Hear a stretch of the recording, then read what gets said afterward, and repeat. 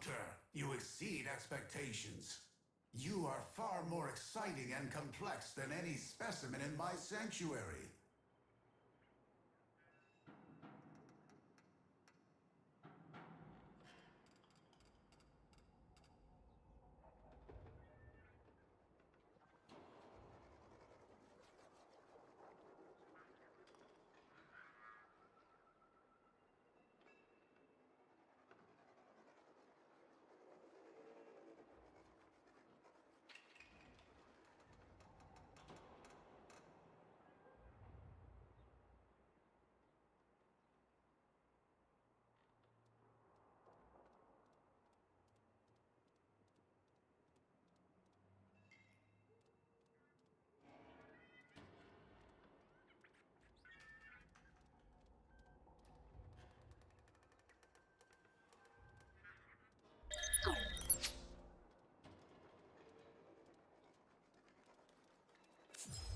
What's up, T-Spin?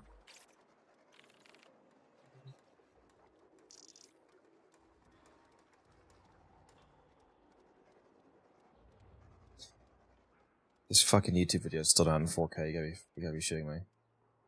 I just got it working in 4K yesterday. How?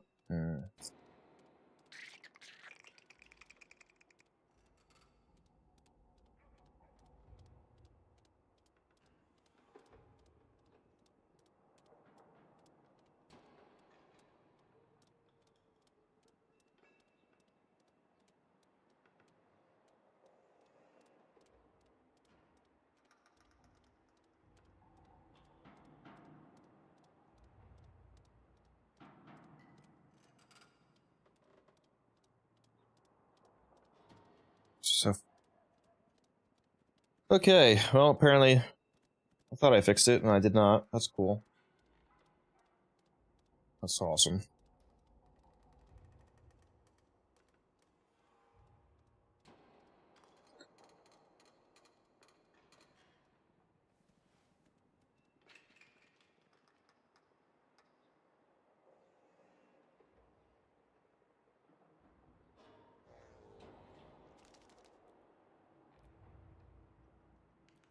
That's piece gone.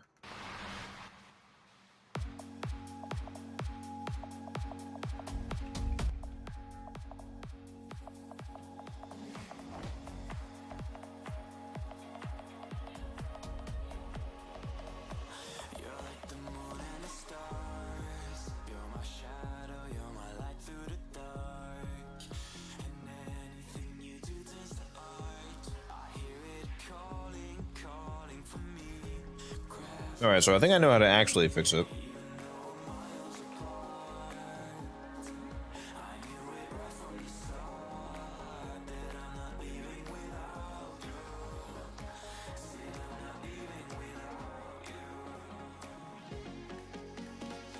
Hopefully tomorrow it's fixed.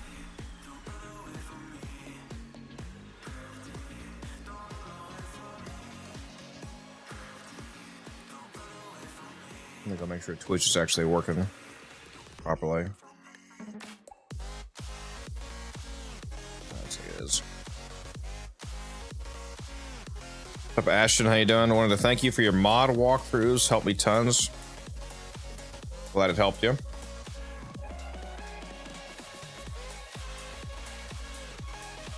Friday was one of my off days. From streaming? No, that's Sunday and Monday.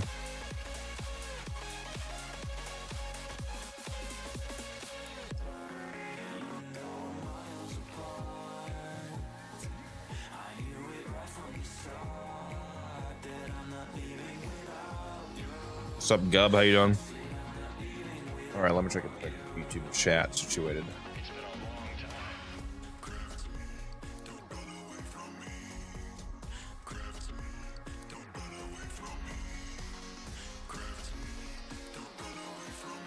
I need to find a good multi-chat app.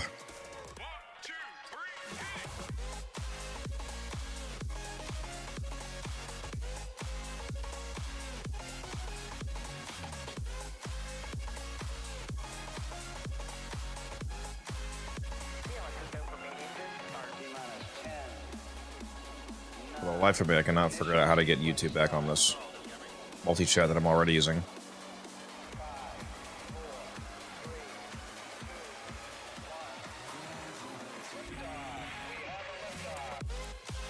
What's on the agenda this morning? Aside from being annoyed that YouTube is still not streaming in 4K. Some godforsaken reason. Who knows? Isn't Twitch against combined chats? No, Twitch is against showing combined chats on screen. I'm talking about my combined multi-chat that I can see so that I can just keep up with chat. I'm not talking about displaying it.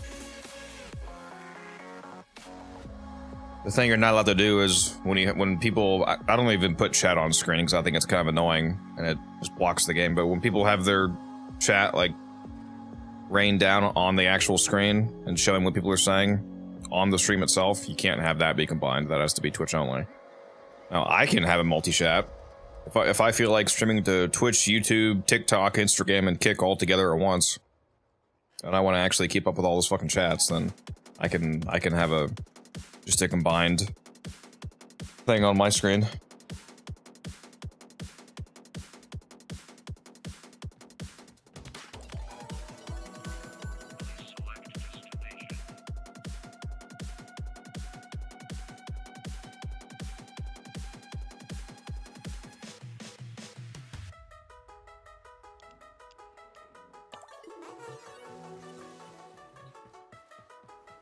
That's a good question, though. What is on the agenda? You know it.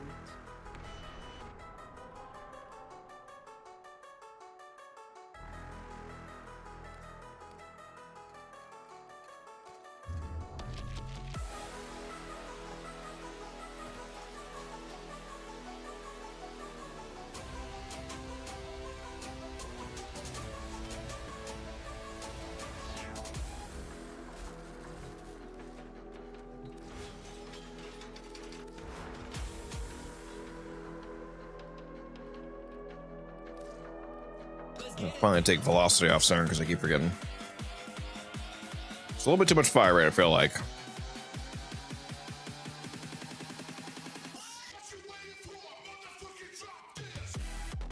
Okay, I'm just going back to Avenger. Put Casa, you doing?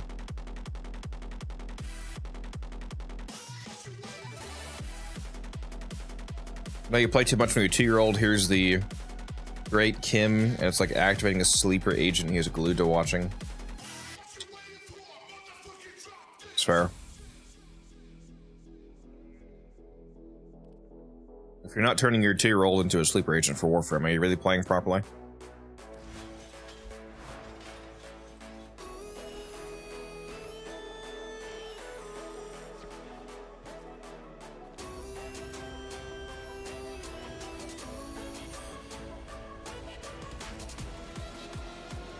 That's what I should do. I should grab another Khora. Do we have the new rotation yet? Yeah, we do. Please drink some water, you thirsty bitch. I am thirsty.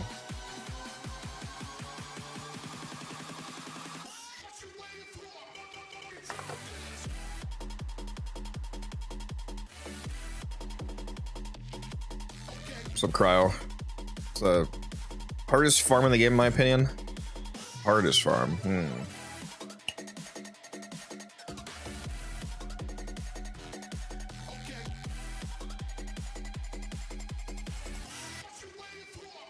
Good question. What is technically the hardest farm?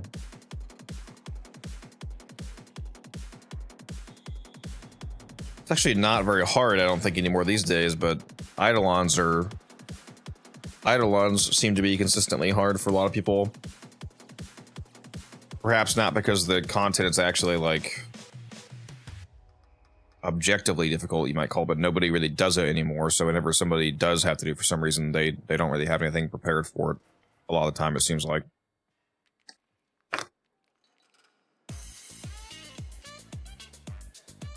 Yeah, I mean, there's stuff that's tedious, but tedium is not the same as actual difficulty, so I was trying to think of what's actually difficult for people.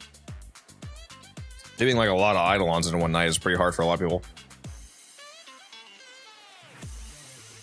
What's up, Log? How you doing? What's up, what's the plan for Warframe today? What's up, Xena? That's a good question. I think I might go do some Coda hunting. We'll see.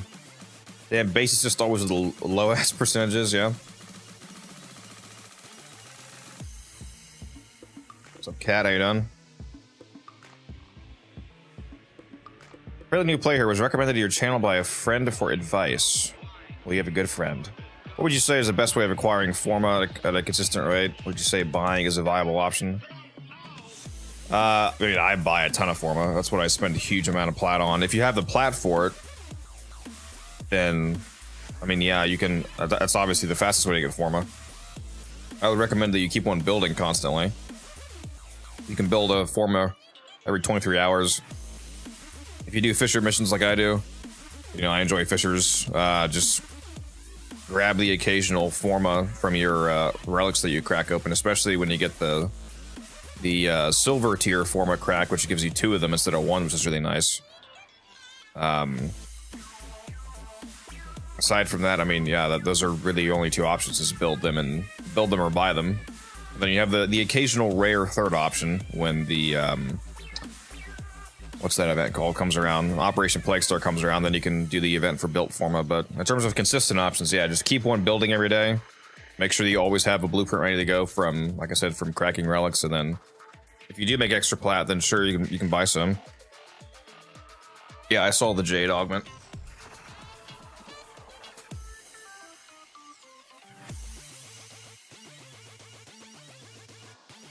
Oh, let me fucking ban this guy real quick.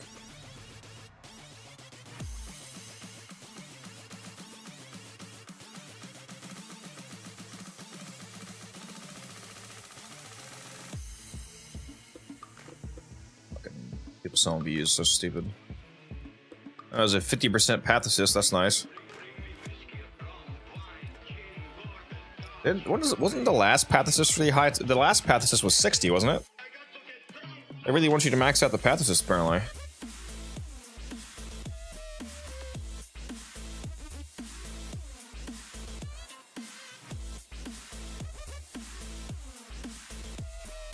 That is true. You can get build forma from the rare crates, but those aren't worth actually like doing time wise.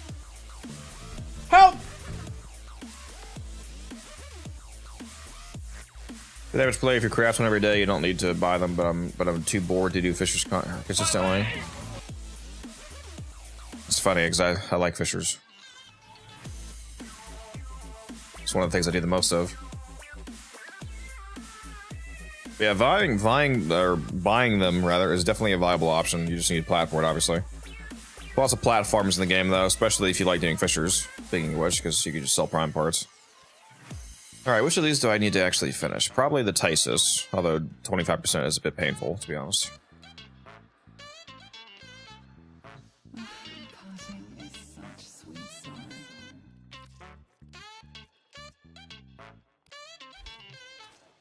Yeah, I've already got the path assist to 60. The base assist to 60.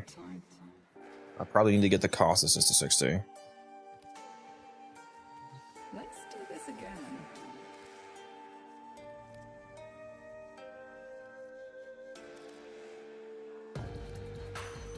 Like, Root is already 60. Okay, I'll buy a cost assist, why not?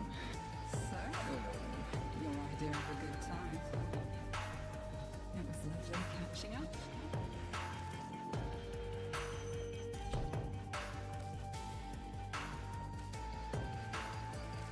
Let's fuse these bad boys together.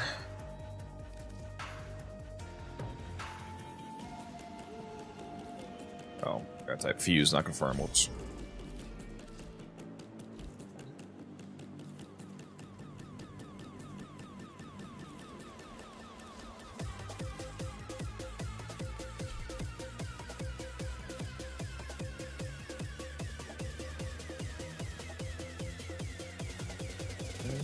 Let's go do this one.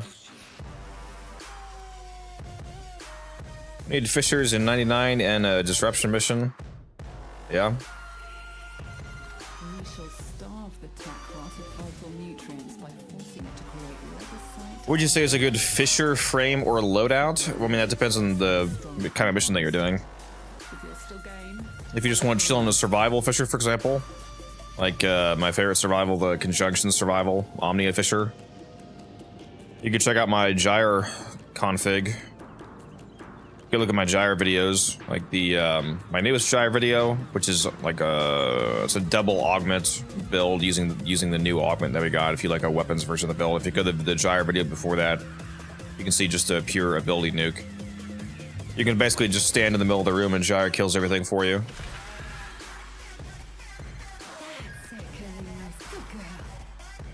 Now, we are not going to let any harm come to that precious feline, are we?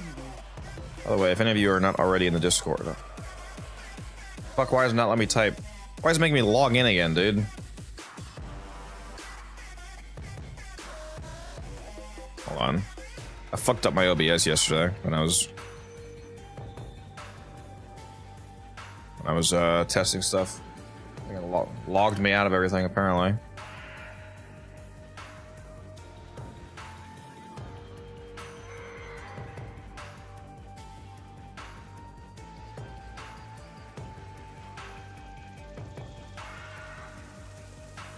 One sec. How can I send this? There we go. If any of you are not already in the Discord, make sure you join. I think I need to get that command set up on YouTube.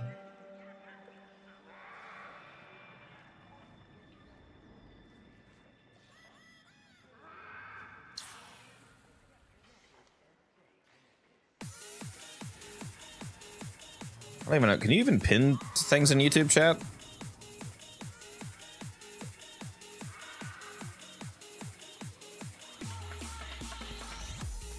Oh, yeah, you can pin message. There you go. There's a Discord link. Think we're going to Tau system soon? Yes. TennoCon looks like it's clearly going to be about sentience. Pretty clear teaser about Tau with the at the end of that TennoCon teaser video, there's the big black hole in the sun from when Balas was trying to consume the sun with Pergasa to make his way to Tau.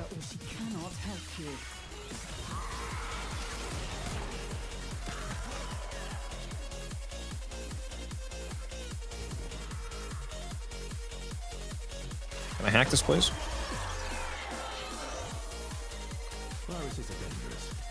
Check what viruses are lethal. The one you just created has based itself on online for reasons I needn't pretend about them.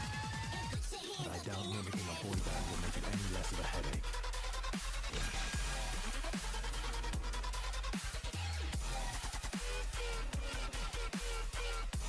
So Tau is actually a system of few planets, not just a faction format.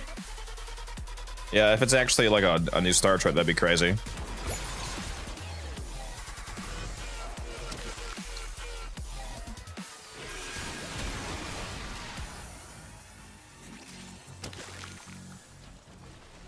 That would be quite a bit of work, though, it seems like.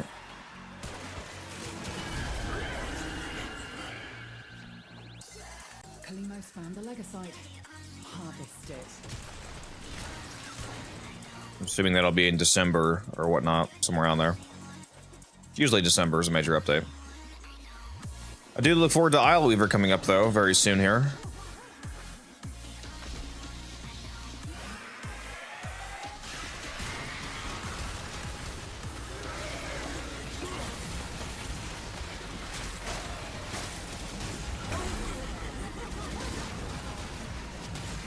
It's trying to run. Stop it. Escape is failure. I'm gonna get you. It's been broken. Harvest it.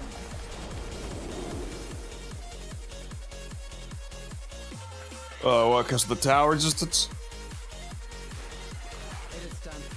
Yeah, we'll see if we get enough enough relevant sentient enemies to actually want to use the sacrificial mods on more melees for that extra Tau, but Bane damage. Harder still. What's up, Tilt? How you done? Just working on some coda.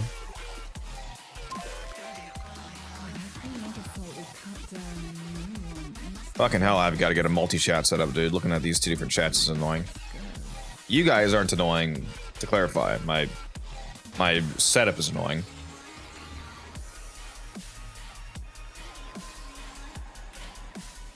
If anybody in chat knows how to get freaking Stream Elements ground control to show YouTube chat, let me know, because I'm pretty sure it's supposed to, and I can't figure out how to add it back.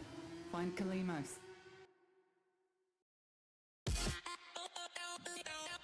Honestly, super hype for Weaver. Yep. Come on.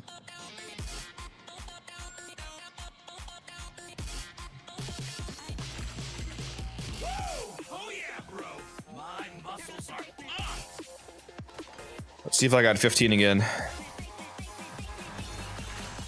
Nope. 13. Not bad though.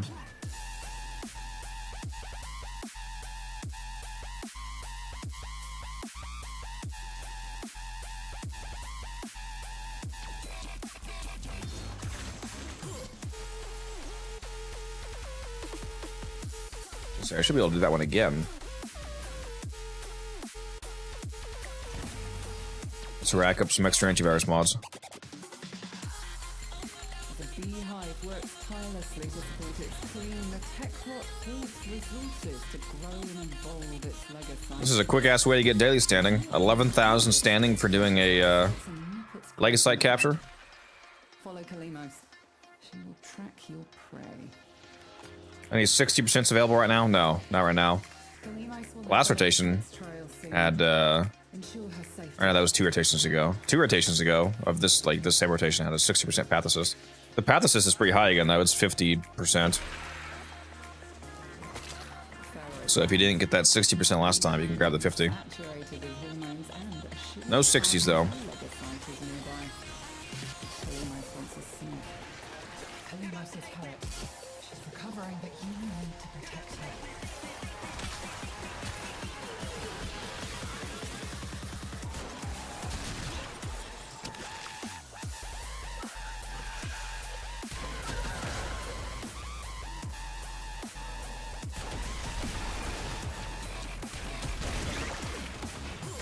Yeah, I probably could have more of them in 60 by now if I'd been just buying every single one. I got a pretty good amount though. I think at this point I have half or more of them done. Just got the base assist to 60 recently.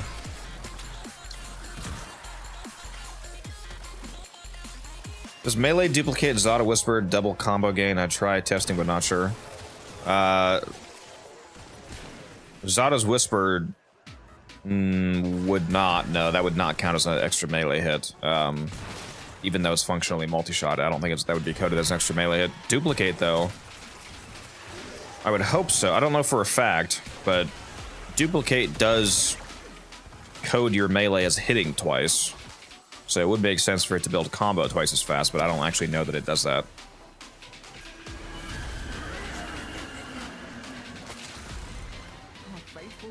Has roused the prey. Bring it down and drain it.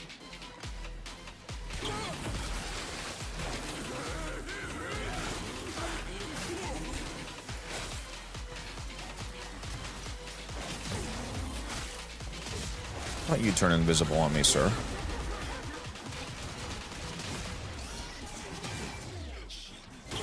It's on the move. It mustn't escape or we'll never find it again. And this mission will be a failure. Now consume the beast. Consume the beast.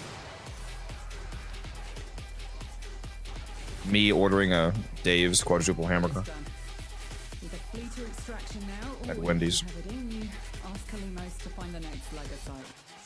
Remember, the tech rot evolves quickly, and your next battle will be harder still.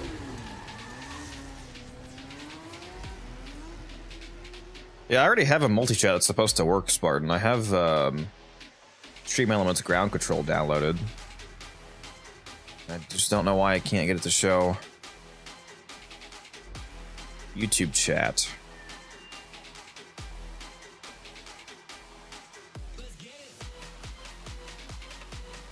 A little annoying.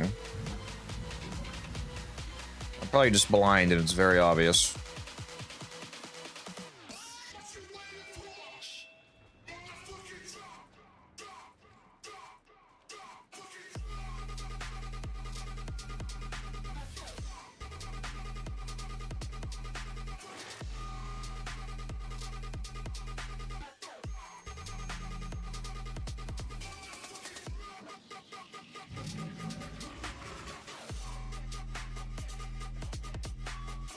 Let's see if I even have my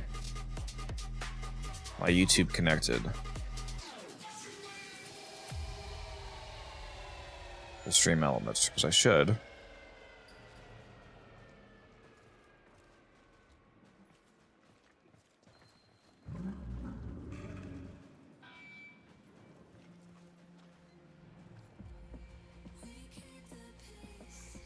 Oh, do I not? Maybe.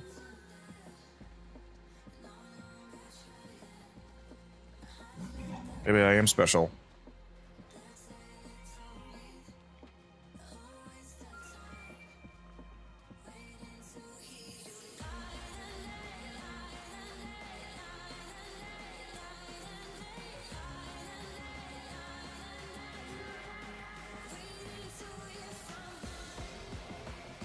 Why is this having to sign in again?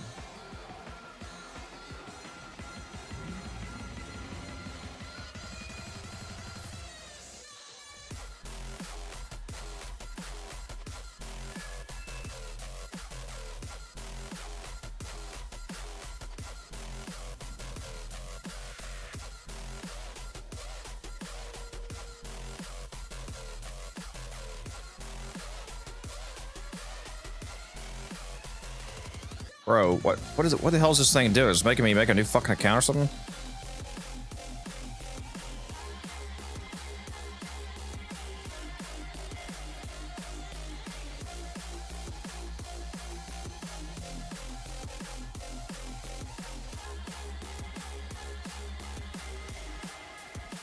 Okay, well this is 100 billion% not what I just wanted to happen. What the fuck? Yeah, go back to my Twitch account, dude. What are you doing, Streamlabs? Stream Elements, I mean, not Streamlabs.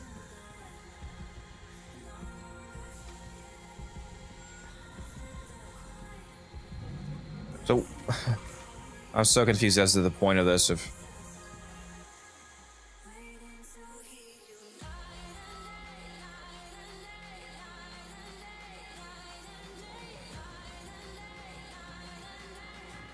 Okay.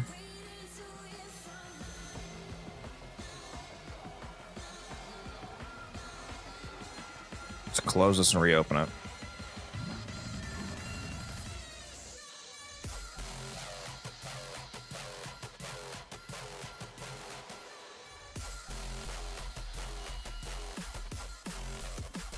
Oh, holy shit, does it show YouTube now?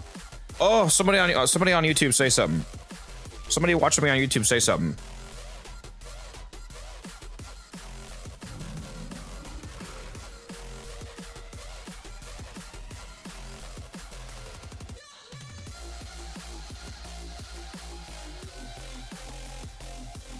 I'm gonna be very happy this works now.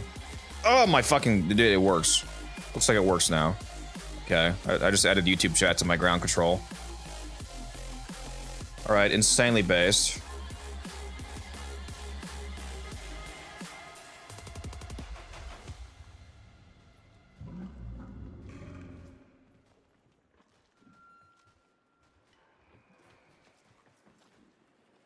Yeah, I should just be able to have this screen up then.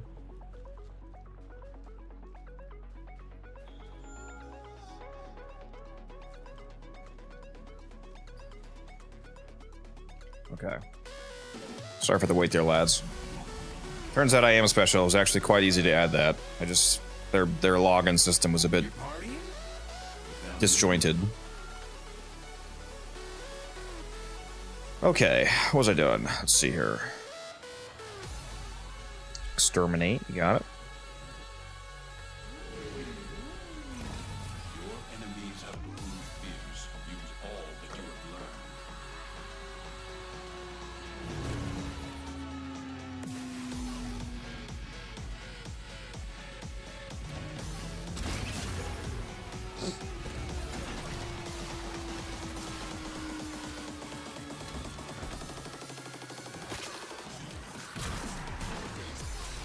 Hopefully I get the YouTube chat bots set up before tomorrow's stream.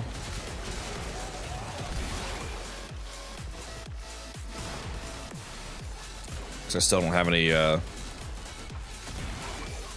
the bots I have on Twitch on YouTube right now.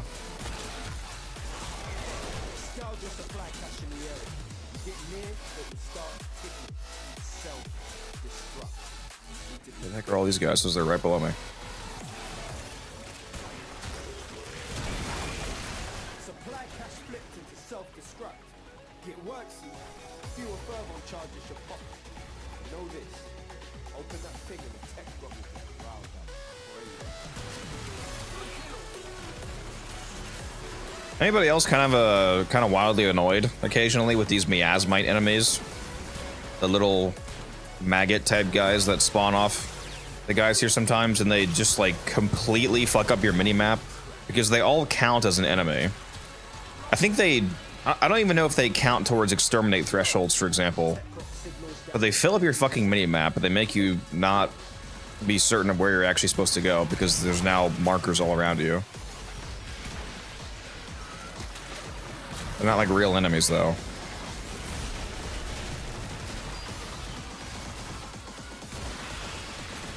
Especially in ETA, it's a fucking nightmare when you have the miasmite modifier.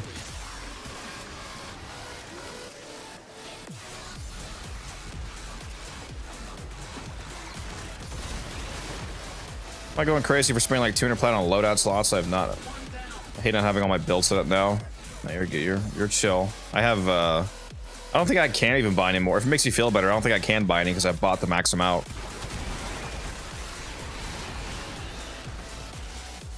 So whatever you've spent, I've definitely spent. And more.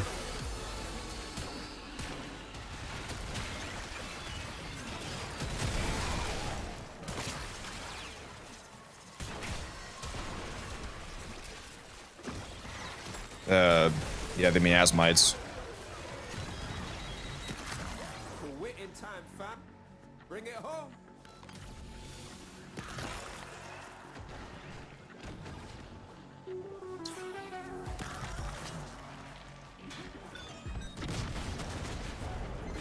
Damn, cuz. Missed it.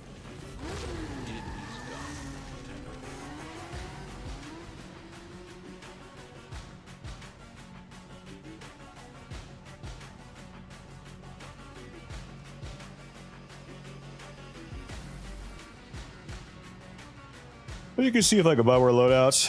Don't they increase the loadout capacity by 1 every time they release a new Warframe? Am I able to buy this? Oh, I am. Nice. There's 1. There's 2. How many can I buy? There's 3. There's 4. Okay, there's 5. 6, 7, 8. 9. How many can I buy of these, dude? There's 10. What is that? 200 plat? Bro, I just bought over 10 of these motherfuckers. Isn't there a cap on these? Am I going crazy?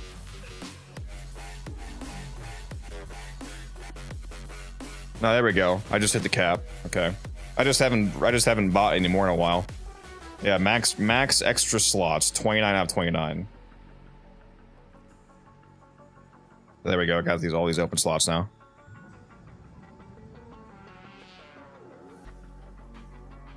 What do you need more than a few loadout slots for? I don't know how else to answer that, but for loadouts.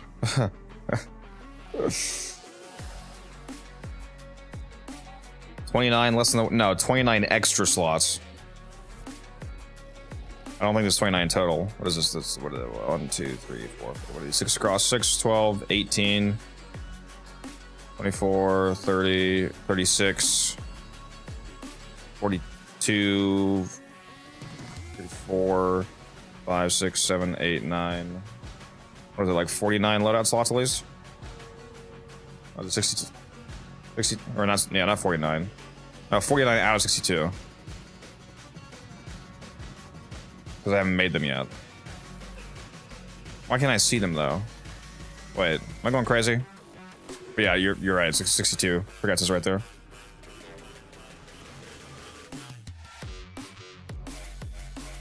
But yeah, what do you need loadout slots for? Just specialized loadouts. So you don't have to equip it. Like Profit Taker, for example. If I'm gonna go do like a Profit Taker run, I can have all the right gear on.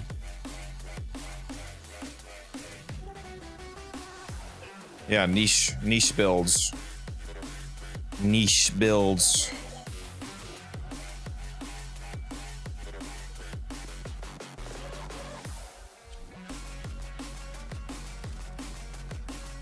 I have a Goss loadout right here.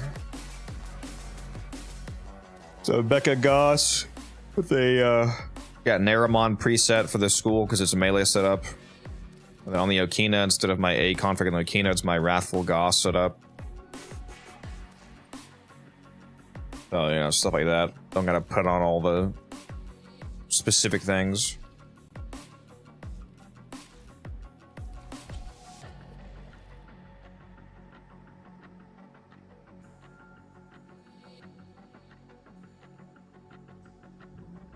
Need multiple frames, multiple config slots to get along. I mean, even just things by default have 3 config slots. So I mean, that's already a very high numbered combination amount of different possible combinations.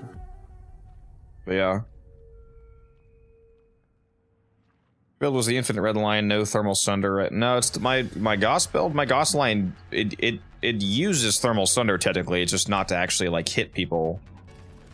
It uses, if you want to see this, it's in the video. I have a video on a mortal Goss setup basically, but I have negative range, but you're still using thermal sunder because of the thermal transfer augment, giving you a huge amount of elemental damage, like a fucking huge amount of elemental damage.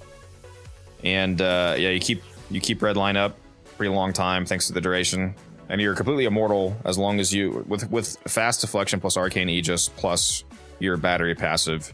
You're literally immortal to everything in the game except toxin damage and magnetic status effects. Because you have infinite shield regen. Because Aegis is basically just bugged on Goss.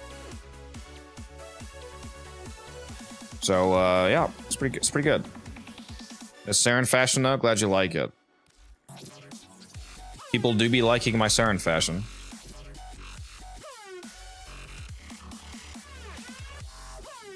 You don't need redline active for it to work now, but you're gonna have redline on just for the buffs that he gives you. He gives you melee attack speed, which is it's one of the things that I didn't mod for on the Okina, for example. Here, let me go back to it. Like so Goss is giving you attack speed from redline. I'm getting my base melee damage from Arcane Fury. And I feel like I'm getting one more thing.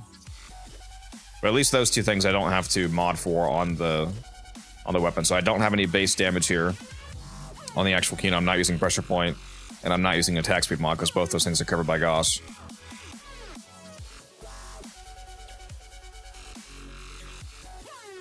Volt's greater than Goss? I don't know about that. I don't know about that, Chief. Oh yeah, crit from Wrathful. That's right. I was like, I know there's a fucking third thing I'm forgetting. Yeah, I'm getting my my crit chance from Wrathful advanced, the helmet ability. So that's why this. So this is, you don't need to mod crit chance, you don't need to mod base damage, and you don't need to mod attack speed. Thanks to all that being covered by the Goss build, so it allows you to do a very specialized Okina build. That's why I'm able to fit both spring-loaded blade and prime breach, for example. So a lot of range on this Okina. What's up, John? How you doing? Kubro build. And again, I do have a video on this build, guys. If you want to see this in action and have it explained to you in video format, there is a video about this Goss build on YouTube. The Kubro build is this. It's a mecha setup.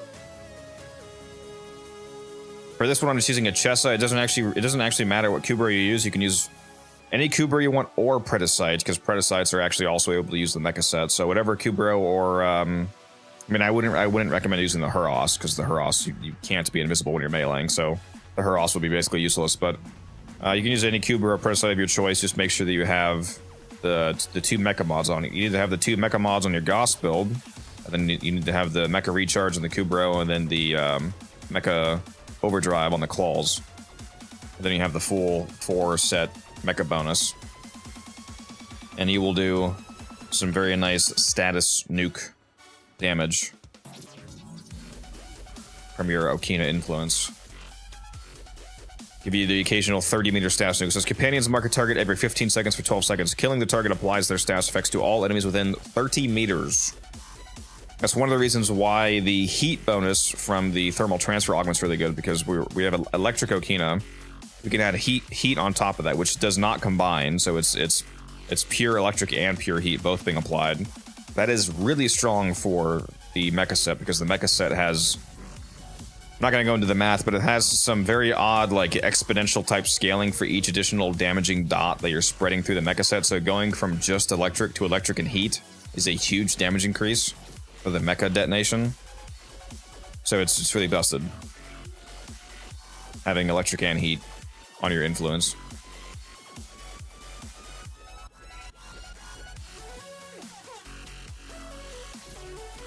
Yeah, there you go. There's a little rundown on that.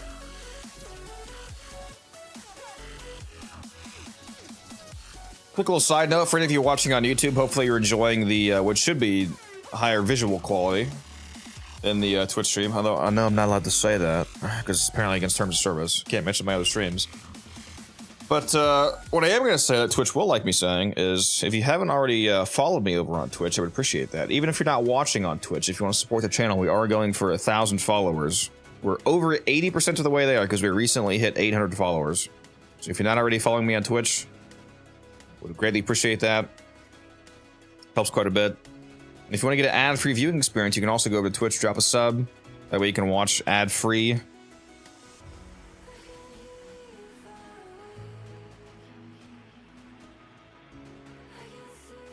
you're gonna say I should probably post a link? That would make it very convenient for you guys, wouldn't it?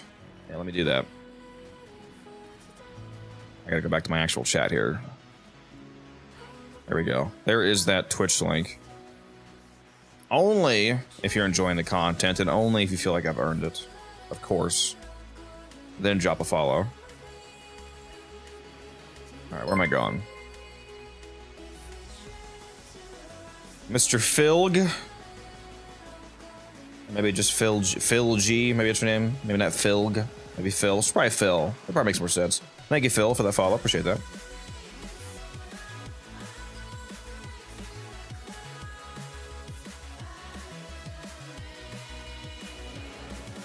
Yeah, it's the it's one of Twitch's trigger words, Danny.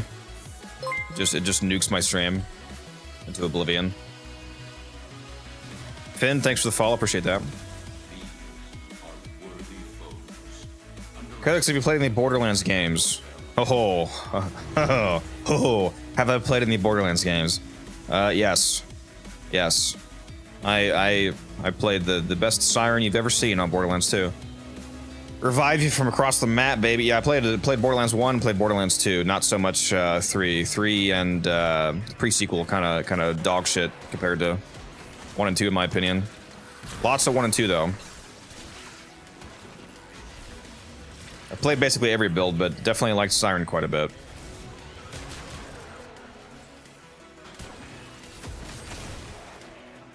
Yeah, 2 was peak. Tony, thanks for the follow. Appreciate that.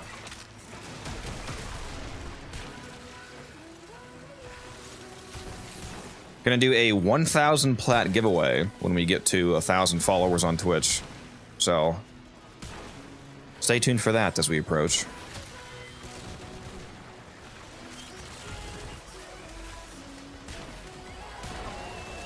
I'll probably do it through Discord, so make sure that you're in the Discord, by the way. If you're not already.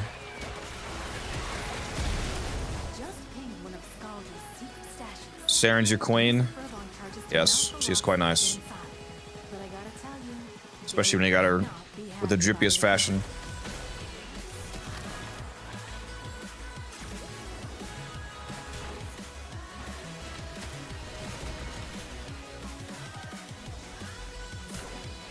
Calervo and action and glyph plus forma alert, huh? Okay. I'll take it.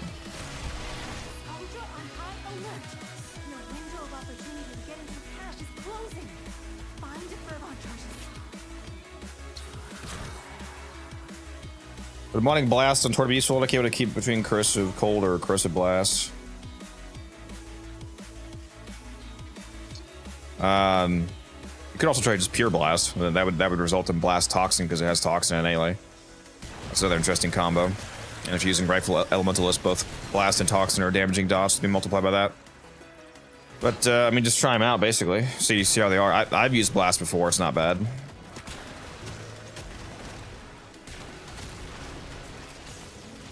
Probably partially depends on what frame you're using it with and what content that you're doing, and how you're buffing it.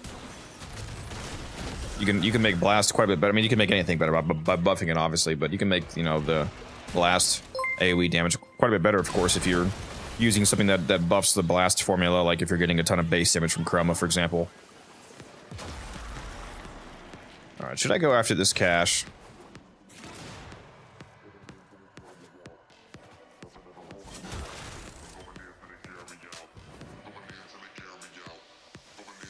Man, where are the damn...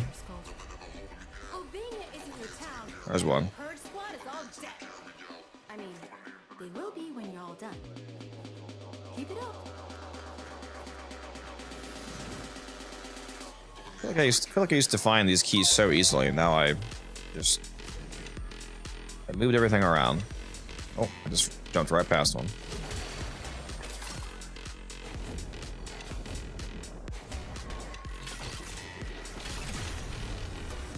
I literally had all the key spots like completely memorized when Hulvania first came out, and then they shuffled like every chest around just to troll me.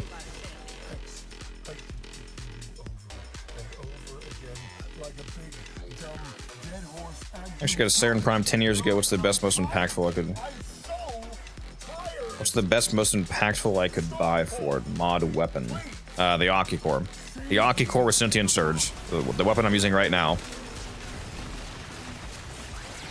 Infinite ammo and crazy damage when you buff it with both Venom Dose and Toxic Lash.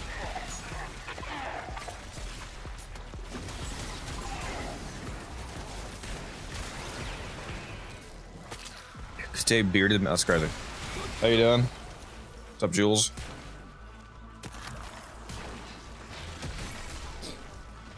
Man, I should have taken a fucking shower before stream. That's what I get for waking up late.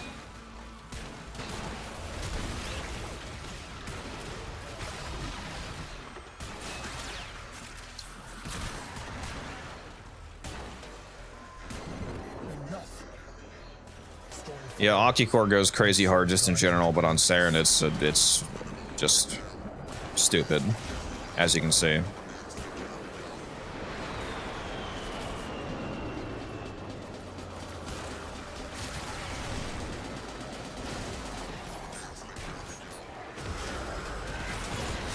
Just auto aimbot everything.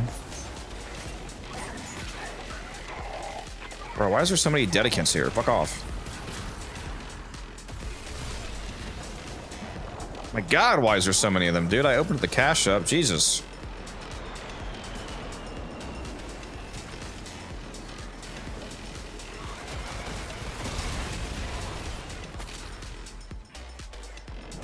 Yeah, that's freaking extraction right there, but I still have 20 guys left to kill. That's annoying.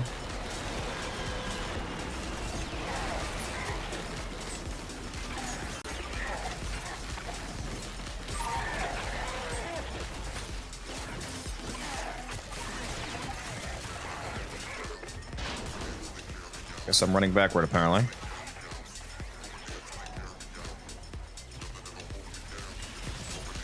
That's how you know this shit took too long. There's an acolyte spawning now.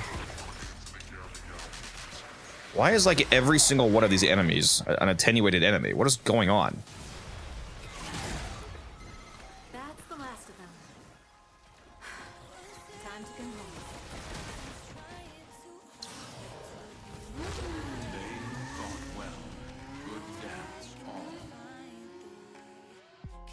Yeah, that is true. The Sobek with acid shells on Saryn 2, of course. It's quite tasty. It was a good day. Got the Ambassador blueprint and the some dolly from the 60S boss. Nice. What's up, Sticky? How you doing? You have Naki-Core Riven? If so, what stats do you have on yours? Multi-shot, crit damage, negative zoom, god roll. I'll show it to you if you want to see it.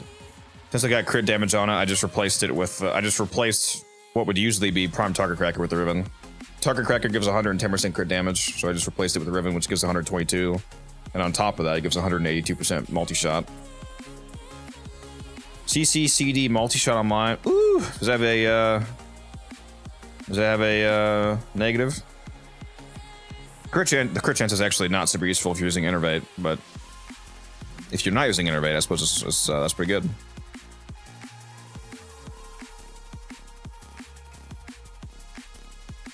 It's really easy to get a Riven to use on the Octi-Core though, because if you're using any dual stat mod, which basically any normal Octi-Core build I can think of is going to be using at least one dual stat mod, like Frostbite, for example, or if you're just using the old, you know, generic viral heat Cascadia Flare build, there's you know, two different things here for viral, for example. If you just roll a Riven that has either Toxin or Cold, in this case, and then plus some other good stats, you could use that. Like even if you lose the 60% status chance, it's gonna be fine because it has so much status chance just from you know, Sentient Surge, for example, and the fact that it's a beam weapon and how multi-shot affects the status formula, blah blah blah blah blah. So if you get a Riven that has like Cold, for example, like Cold and crit damage or something like that, then you can replace that, or you know, Cold multi-shot, whatever. Recoil, nice. Yeah, this is my Saryn setup. I use a Blast Magnetic setup.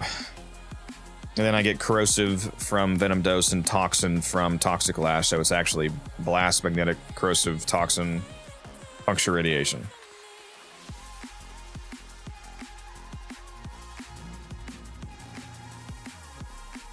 Yeah, base damage is good if you're running an Innervate build, since if you're running Innervate, then that means you don't have a base damage arcane on.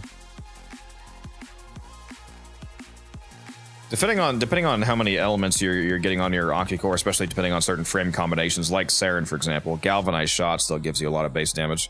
Like on my Saryn, for example, I'm getting 240% extra base damage from Saryn by adding that extra Corrosive and Toxin, because that's 2 more status types. So that's one of the big buffs that Saryn gives, along with, you know, just the actual effects of Corrosive and Toxin being good, like the armor strip and the dots and whatnot.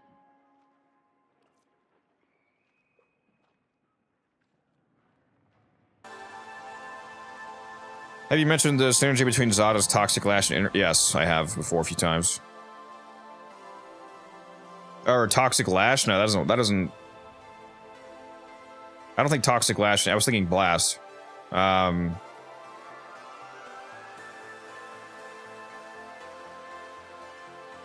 You're just talking about stacking Innervate faster. As I say, the interaction between. No, that was Blast and Toxic Lash. That doesn't work anymore. Zada and Toxic Lash still might. If you're talking about the interaction of Innervate stacking faster, yeah, I'm aware of that, and I mentioned that also happens for Blast procs. Because the Blast detonation counts as a separate hit. Does not count as a critical hit though. So it's very good at stacking Innervate without resetting it.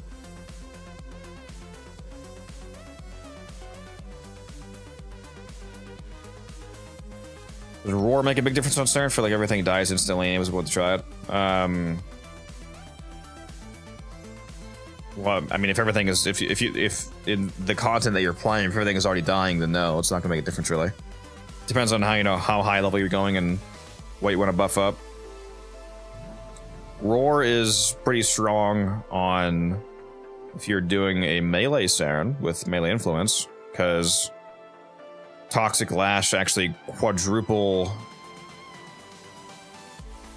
Actually, that happens anyway. That's a separate multiplier. No, hold on. You know that needs a bane. Yeah, Toxic Lash quadruple dips. Bane influence setups.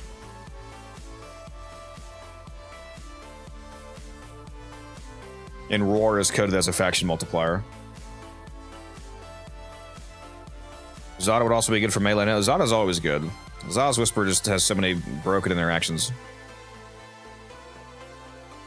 I don't know that Zada. If you're using a melee influence setup, I don't know that. I don't know that you'd be able to beat Roar though, because Roar is coded as a universal faction multiplier. If you're not aware, and especially if you're talking about Saryn, like I said, faction modifiers quadruple dip Toxic Lash. So let's say you have like a 90% Roar. Well, that would require let's just say 60%, because that would only require what, like 200 strength. Let's say you have a 60% Roar. That's basically a 1.6x Bane mod applied globally. But since the way that faction mods work is that they apply to each independent damage step, the reason why they double dip dots, for example, like regular slash procs, like if I slice an enemy and then it causes a slash proc, that initial hit is multiplied by a Bane mod, for example, 1.55 from Prime Smite, and then the slash proc is viewed by the game as a new damage instance. And even though that damage has already been buffed effectively by 1.55, because the damage that caused it was buffed by 1.55, that damage is buffed again. So it's 1.55 times 1.55, and now it's 2.72 multiplier instead of what's basically supposed to be. That happens 3 times on influence, because now you hit an enemy, you proc something on them, and then that proc is also repropagated through influence, so it's now a 3rd step, so it's applied again. But if you're using Saryn's Toxic Lash counts as a new 1st step, basically, so it's now 4 steps in total. So again, going back to the scenario of having a 60% Roar, that'd be 1.6 times 1.6 times 1.6 times 1.6. And now all of a sudden, instead of the 60% Roar that you think that you have, it's actually a 6.55x multiplier for your melee influence toxin dot damage, which is fucking insane. Oh, that was a whole lot of math. Just TLDR, Roar is really good on Saryn. For melee, at least. Ever take Saryn to Cascade? No, but I'm aware that she's quite good at it.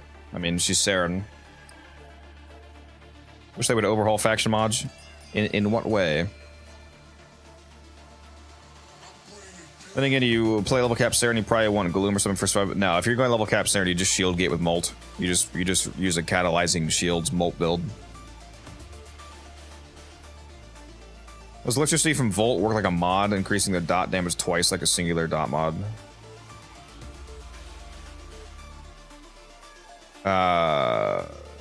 Increasing the dot damage twice like singular dot. You mean like faction mods? So you mean? No, it doesn't. It does not. Okay. The way they're asking this question is weird, because your question is the way they worded your question is worded wrong, and makes me think that you don't actually. Because the answer is yes, it works like a mod, but it works like an electric mod. It doesn't work like a faction mod.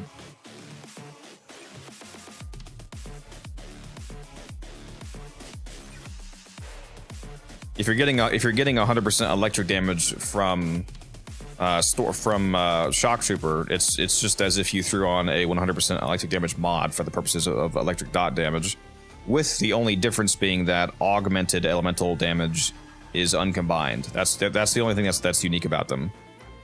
It won't combine. So if you have a melee doing like pure heat damage, for example, and you add electric from Shock Trooper, the electric is not going to combine with the heat and become radiation. It's going to stay as uncombined modded heat and uncombined added electric, so you'll have heat and electric, which is actually quite strong for influence. But other than that, no, it just functions like an electric mod in terms of calculating the dot scaling.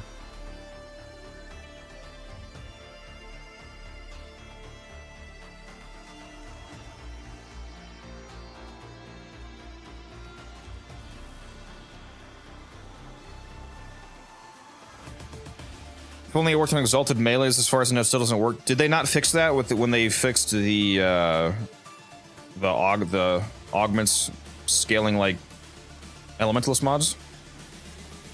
Is that not fixed yet?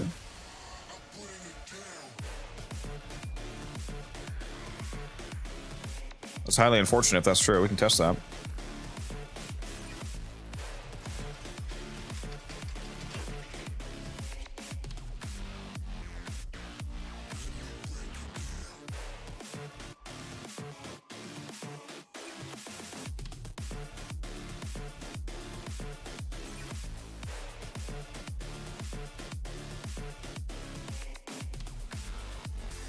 That's the wrong Excalibur. Whoops. Excalibur armor. Here we go. This fucking lone warrior fly, get away from me, please. Damn.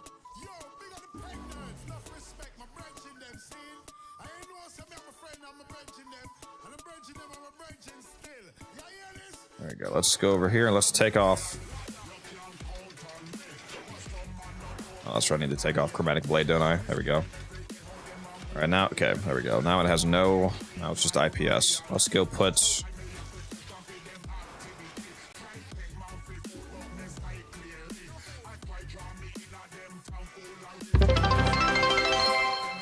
I just realized I don't need to actually run this.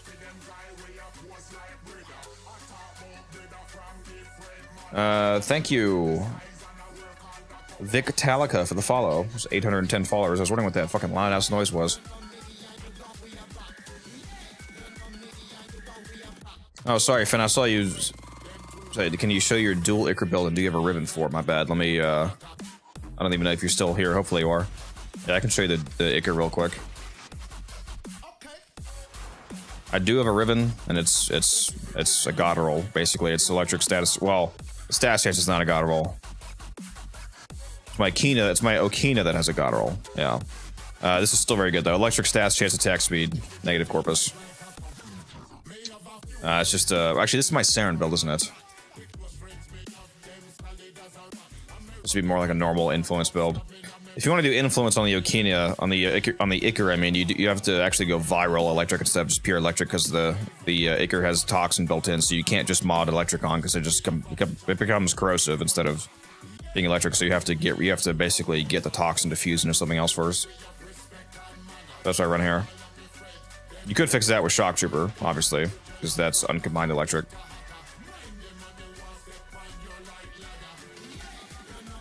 Oh yeah, I actually don't need Shocking Touch anymore, do I? Forgot about that. I should actually drop this.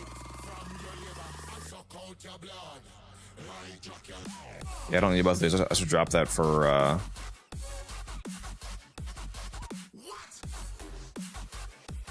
don't need attack speed either. Let me just reach. There we go. Yeah, I was gonna say I can replace other. I haven't actually used this build in a while. Oh no, that's the wrong mod. Reach. Whoops. Put on Fury on accident. There we go. Yeah, range is always nice. All right, let's go put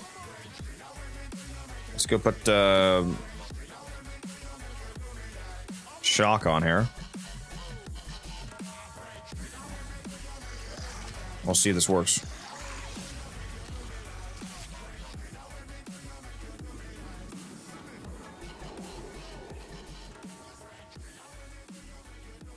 Do you know that with Volt, the Nami Sullivan Karnan is the highest KPM in the game? That was not. It's not even remotely close to the highest KPM in the game.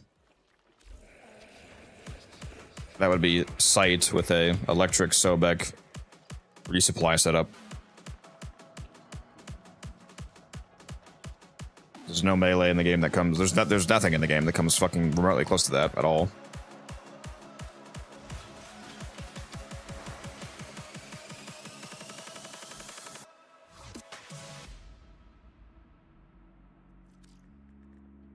All right, let's get Shock Trooper on there. And then let's go see if this works.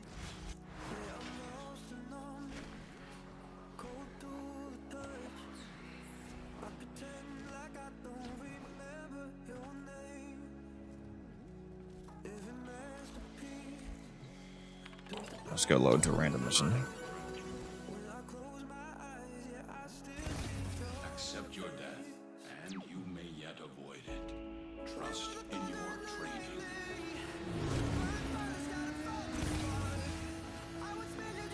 Hopefully this works. Yeah, if they still haven't fixed this, that's pretty interesting.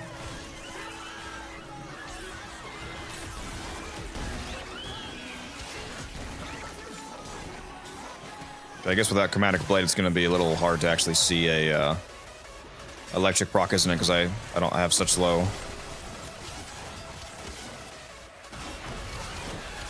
I have such low stats chance. Without chromatic on.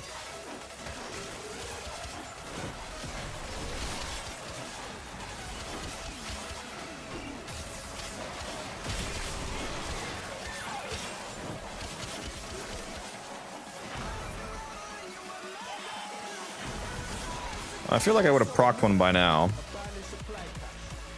It did work.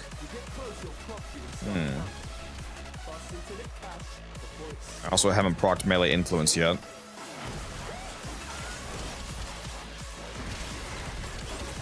Yeah, so maybe they still haven't fixed this working on exalts. That's interesting.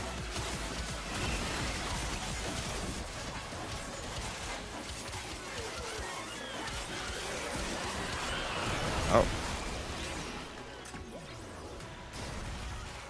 Well, I did see electric proc on that guy, but that was from my... I should have taken my companion off. I think it was actually from my companion, not from me.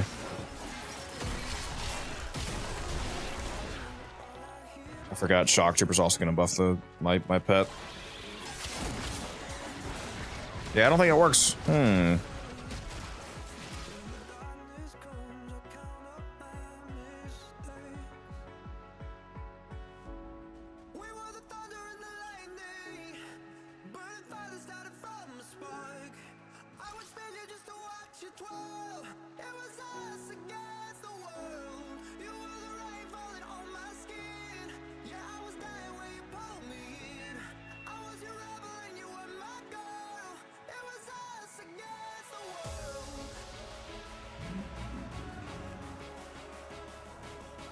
No, that logic doesn't fully apply, Jules, because even the scenario you just gave is not even how you would measure KPM. Like sight can kill guys through walls like 100 meters away, so you don't even need to see them in that case. They're not even in front of you. So I was saying there's nothing in the game that beats electric sight Sobek setup. So you're just shooting guys through walls all around you, and you're triggering massive electric AoEs that kill everybody near them. And it can literally like chain down hallways. And then obviously it depends on the mission you're playing on as well.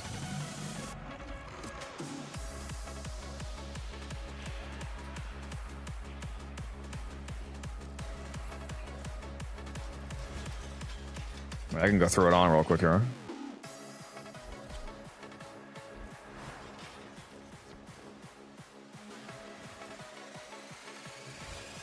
Let me change this.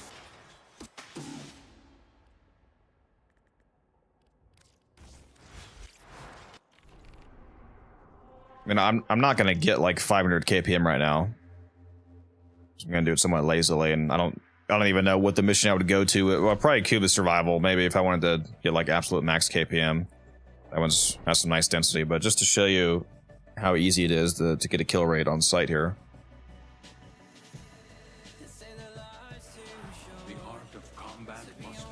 And my Sobek build isn't even fully optimized. The Oregon Neural Sentry is attempting to purge you from this place. Stand by for life support.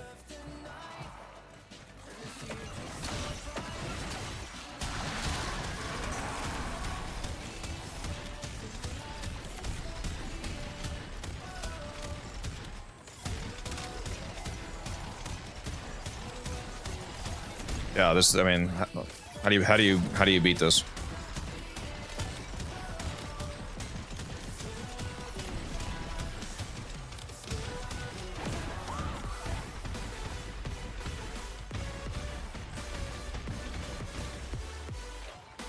"30 seconds in, I have over 100 kills."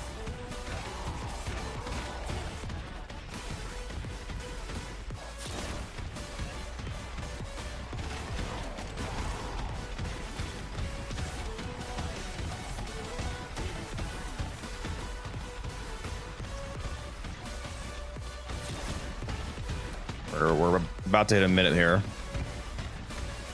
So 222 kills in a minute with me like fucking barely trying, basically. And this isn't even the highest KPM mission, most likely.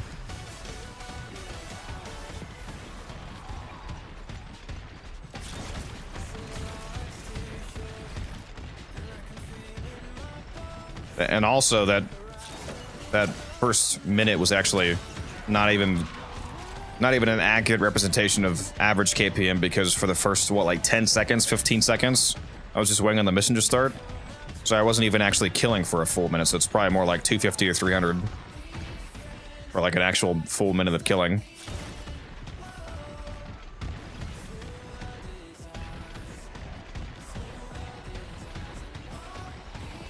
Yeah, it's absolutely...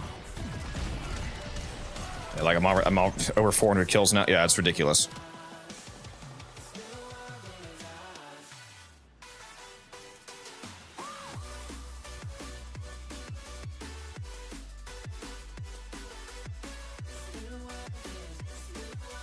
The funny thing is that it's actually a terrible survival build specifically because you need fucking air on survival, so when you're killing everybody a billion meters away from you, then you're not picking up the airdrops. So, ironically, you actually run out of air, even though it's like the highest KPM in the game.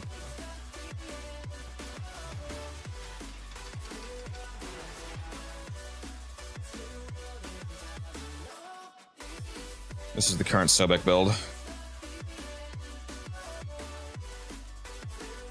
So I usually have that right there. Cleanse Murmur, because I usually use this for Netra cells. So I can shoot the guys through walls while I'm inside the circle. Oh, the empty spot here is supposed to be galvanized acceleration, obviously. So I'm actually missing a good bit of damage because I don't have acceleration on.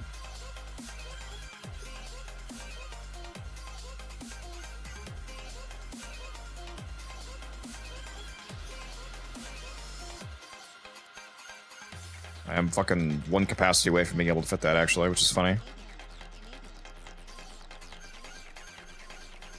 Trying to see if there's anything I can swap around. I wish I should have.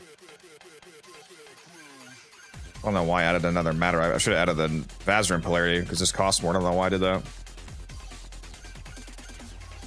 Would have been done right now. Well, either way, I mean, I still don't need another forma because it's a Kuva weapon, so once I get it leveled up again back to 40, I'm going to gain the capacity that I need to be able to fit this. I just need to get back to the higher levels. I don't need to add anything. It's a Kuva weapon, so I'm missing some of the capacity. Even though I'm Master Rank 30 or Legendary Rank 5, which actually does give me some of the Kuva ranks, I'm missing some of the capacity that I would have once I get it back to level 40. I'm missing. I'll get like 10. Yeah, I'm missing 10 capacity, so it says 5 right now, but it's actually going to be 15. So I wouldn't even need the polarity to fit acceleration. Just need to rank it up.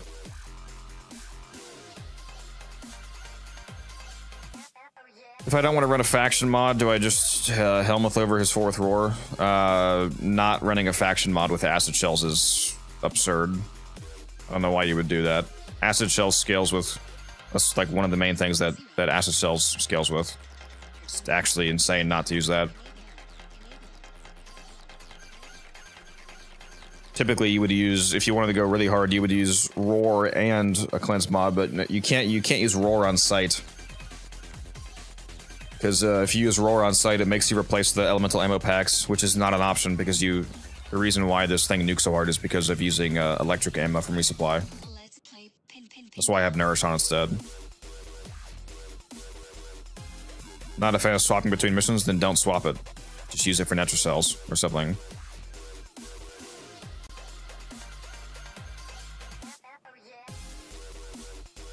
Or at least have a config for Netra cells. What if we get a faction mod for Tekrod and Skaldra? Well, we don't have a faction mod for Narmer, and they're like 4 years old.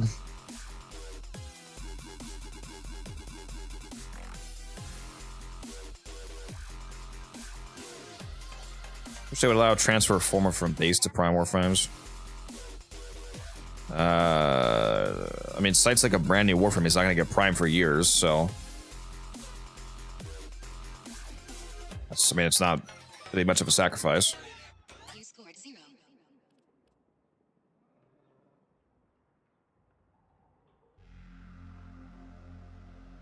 Yeah, you can't use Roar on Sight unless you replace the resupply, which, like I said, is not an option.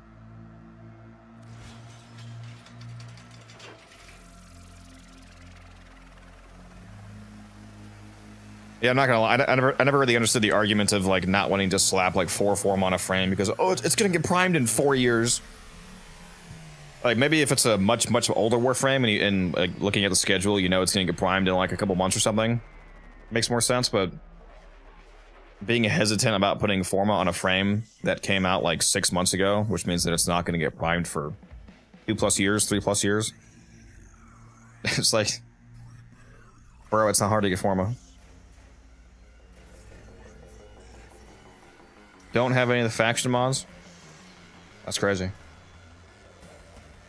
I believe in you, T-Sman. You got this. Oh, if you want to do the full version of this build, by the way, it does require violet electric shards if you want to go really crazy with the electric damage. I've got 3 of these on right now.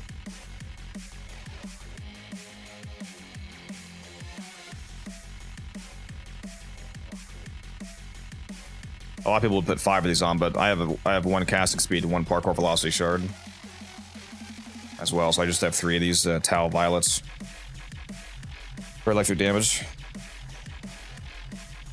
You can do it without this, it's just going to do a lot less damage, obviously. It doesn't matter a whole lot on lower level content. So I mean, if you're just trying to like clear an exterminator or something, you'll be fine. Jara's probably the next prime, right? Yes, I really want to play her, but I think I'll wait a couple months for a prime. Order-wise, it should be Gyre Prime next, yeah.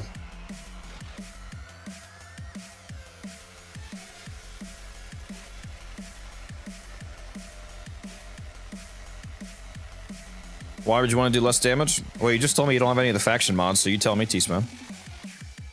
Why do you hate doing more damage?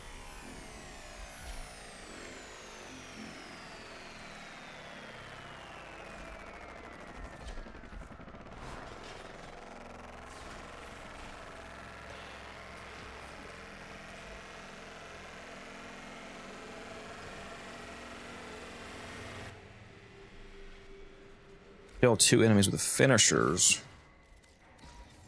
Let's switch to Gara for that. After they came and destroyed the land, there was one spark of hope left for all of mankind. These are worthy foes. Underestimate them. Technically, you don't actually have to go to your mod screen. You can change your configs from the navigation with the loadout bar.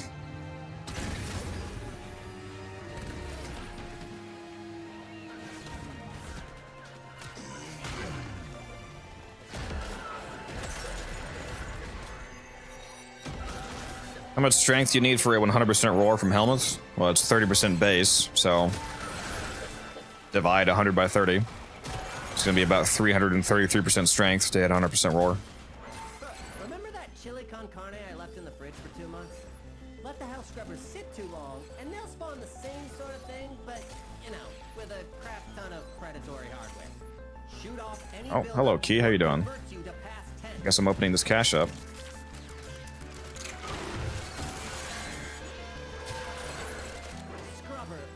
That reminds me, I had a, somebody asked me one time, I forget what ability they were asking about. I think they asked me like, hey, like how much damage is Eclipse gonna add if I have 200% power strength?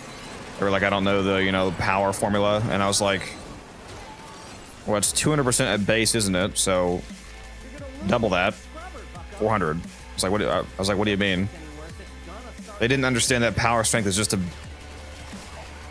a multiplier. Like, if it's interesting if there's people out there that's not obvious. Like, if you have 200% strength, then you double the whatever the base ability is. If you have 300% strength, then you're tripling it, so on, so on. So literally, just convert the percent to a like 357% strength just means 3.57x.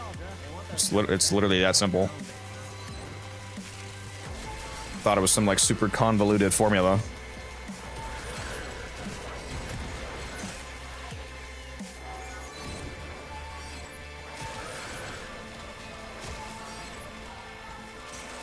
Well, I'm like 7 hours deep and I didn't know that. I feel like you're kidding. I'm pretty sure that you're kidding. There's a fucking 0% chance that you have 7,000 hours and you didn't know that 200% just means double the fucking ability.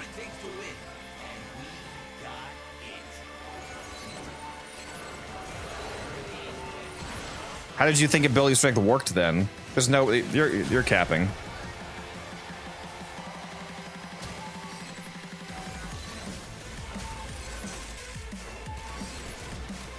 Is there okay. Also, I forgot to pull up my multi-chat here. Hold on. I'll make sure I'm still seeing YouTube.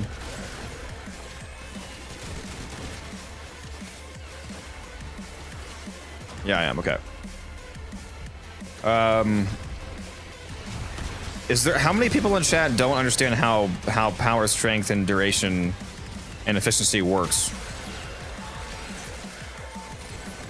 Like, is there anybody in chat that doesn't understand that if you have an ability that lasts 20 seconds and you add 100% duration, so you have 200% ability duration, it goes from 20 seconds to 40 seconds because 200% just means 2x. And same thing with strength. If you have an ability that does 100 damage and you have 300% strength, 300% is just 3 times the base, so it's now 300 damage. Is that not like the simplest possible math? I'm not even roasting anybody. That's just actually fascinating. If there's, how do you build your warframes if you don't know that? Like,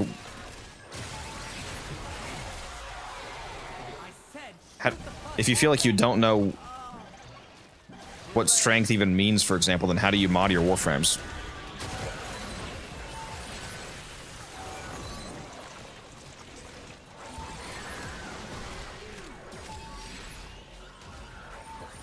Love you, Garafash. Appreciate that.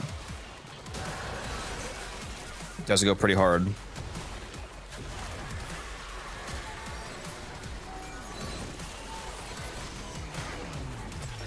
I need to get another finisher kill. I forgot. There we go.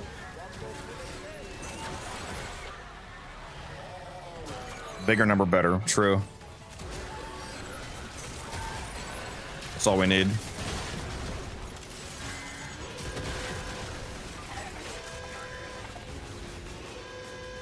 John Warframe's YouTube video. It's John Warframe himself.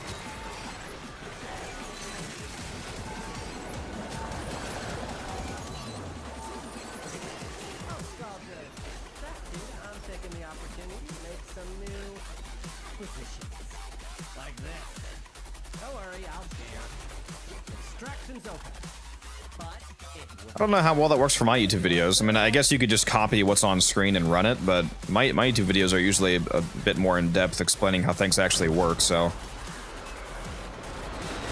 I guess some of you are just completely skipping that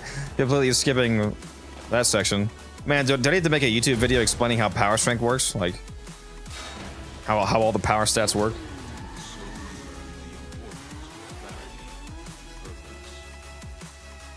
Like, if you have 200% ability strength, that means that your ability is twice as strong.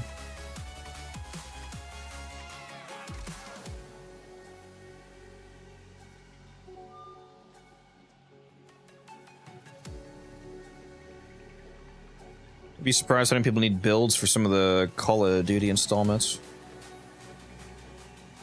You say your site build after? I asked in YouTube chat before, don't know if you have a chance to read it. My bad, I must have missed that. Yeah, I'll show it. I do have a video on the site build. If you want to use that site build to like speedrun Netrocells, that's actually a video that I made. I guess that's one of my loadout. I call it Netrosite. That's the loadout name.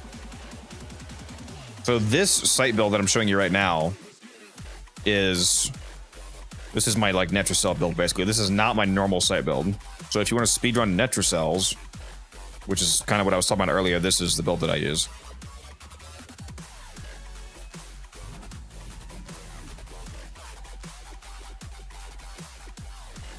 Catalyzing shields, energy nexus being multiplied by nourish gives you self-sustaining energy for the most part. You use the resupply ability to throw down. You need to make sure that you throw down a electric pack specifically because you trigger a forced electric dot off of the acid shells explosions. That's why acid shell Sobek is so funny with sight because it propagates itself. Using multi-efficiency and crepuscular. Crepuscular kind of a flex choice. You're gonna be in. I mean, you can trigger it easily with invisibility. You're not gonna be actually critting a whole lot on the Sobek build, so the final crit damage multiplier is not a huge deal, and that doesn't affect acid shells anyway. So you're mainly just getting the strength. It's just like some easy 30% strength, so you can swap that out if you want. And then multi-efficiency is, you know, just nice with the extra duration. What does range do for sight? The first ability. It increases the scanning range of Seek, and it also increases the ricochet. I'm not using his fourth on this, but here's my main build. For the fourth ability, neutralize, it increases the ricochet range for neutralize. So when you headshot a guy with his fourth ability sniper, you can ricochet around, hit more guys with it.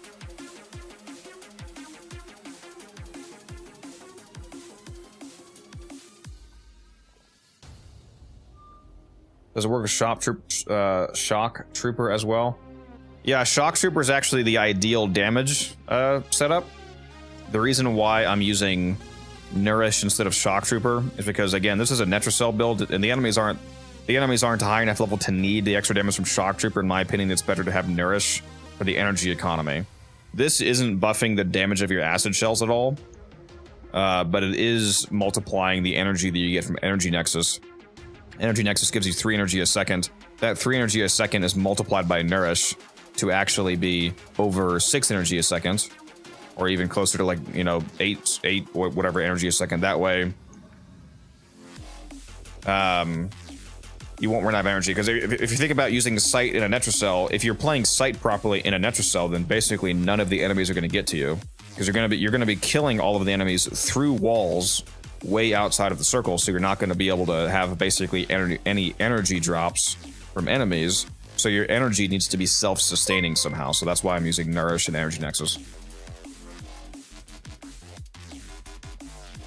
Wait, as you say, multi-shot causes more ricochet? No, I was talking about range. Although, I mean, multi-shot should also cause more ricochet because it's more shots, but that's not what I said. I was talking about the range. I don't know why multi-shot wouldn't cause more ricochet, though. If you're hitting somebody with 3 shots instead of 1, you should ricochet 3 shots instead of 1.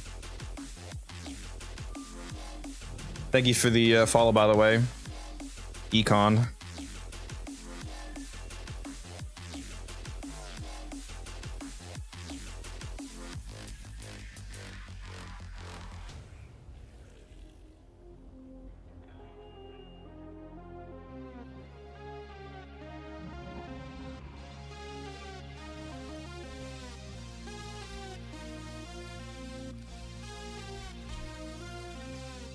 Good look at my Ivara. Pretty sure I have Crepuscular in my Ivara. Yeah, I do. Not using Crepuscular in Ivara definitely seems odd. It's one of the frames that it's quite a nice fit for. Too bad Ivara is kind of terrible.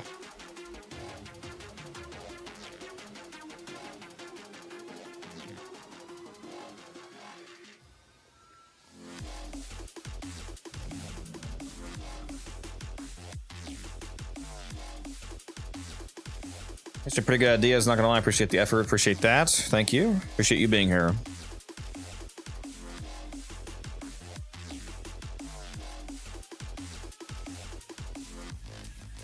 Pretty sure the ricochet function is a flat 4 ricochet only for neutralizer.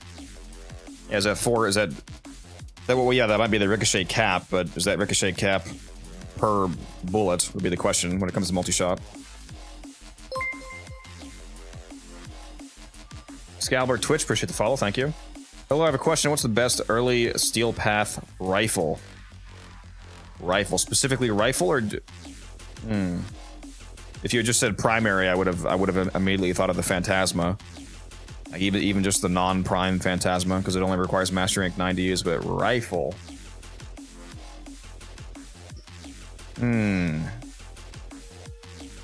how important is Hall of Mirrors for Mirage? The ability or the Hall of Malevolence augment? Because if you're talking about the ability, it's insanely important, like mandatory important. Like not using Hall of Mirrors is fucking insane important.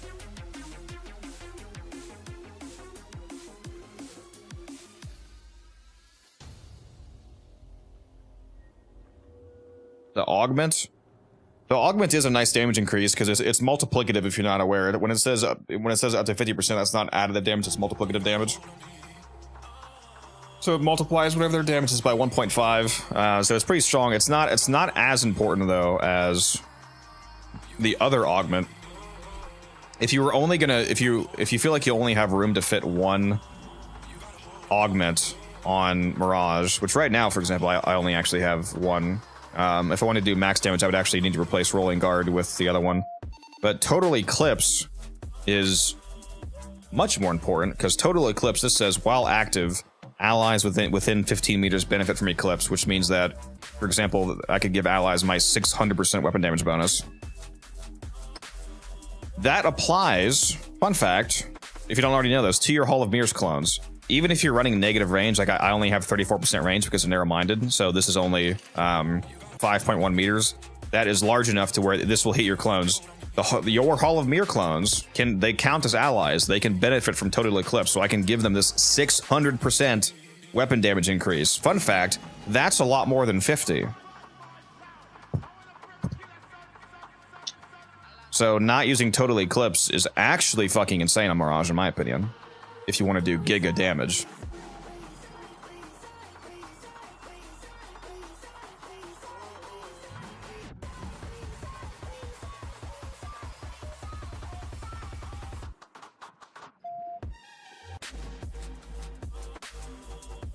Memory is awesome with Hall of Mirrors.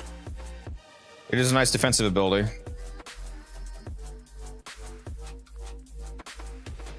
Whether do you even watch? He just explains using nursing energy experts yourselves because you cannot get pickups. Did somebody ask about that, Jury? I didn't see, but he asked it again. But yeah.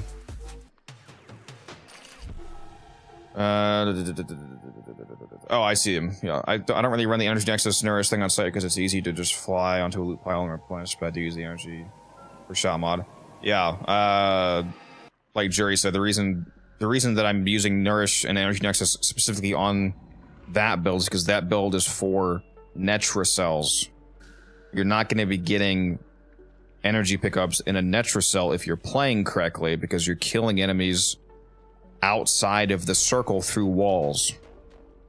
So unless you want to have no fucking energy, I highly recommend that you use Nourish and Energy Nexus. But yeah, you're in like a survival mission, sure, you can use something else, you'll be fine.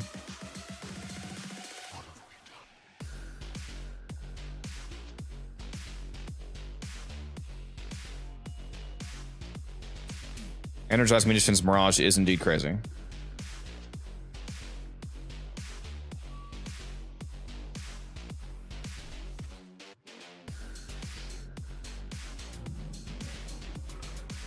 For the longest time, I wasn't aware that Total Eclipse was basically just more damage. Yeah, Total Eclipse is insane. Given the fact that it applies to your Hall of Mirrors.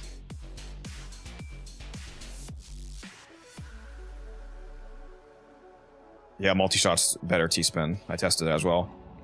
Why Steadfast on this build?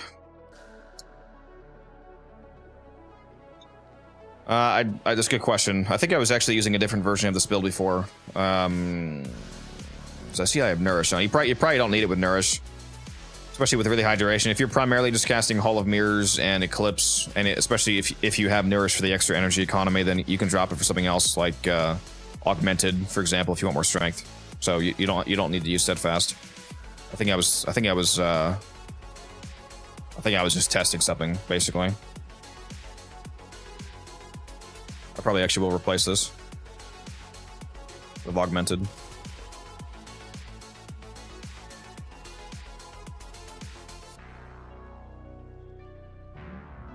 Fun fact about the clones, by the way, Mirage. This is gonna seem really stupid to all of you that didn't already know. Well, those of you that do know this, you probably think it's stupid too. But for some reason, especially because this is not listed in game, did you know that your Hall of Mirror clones only have 40% of your weapon's base critical chance and status chance, but it scales with power strength. So if you just have base strength, for example, then your clones actually have weaker crit chance and status chance than you. But since it scales with power strength, that means that at 250% strength, 2.5 times 4 is 100. So at 250% strength of Mirage, they have the same crit chance as you. They have 100% of your crit chance, 100% of your stats chance. It will keep scaling past that though. So if you go past 250% strength, like my build has, especially now that I just put augmented on, for example, my build is well, especially with growing power, it's closer to 400% strength.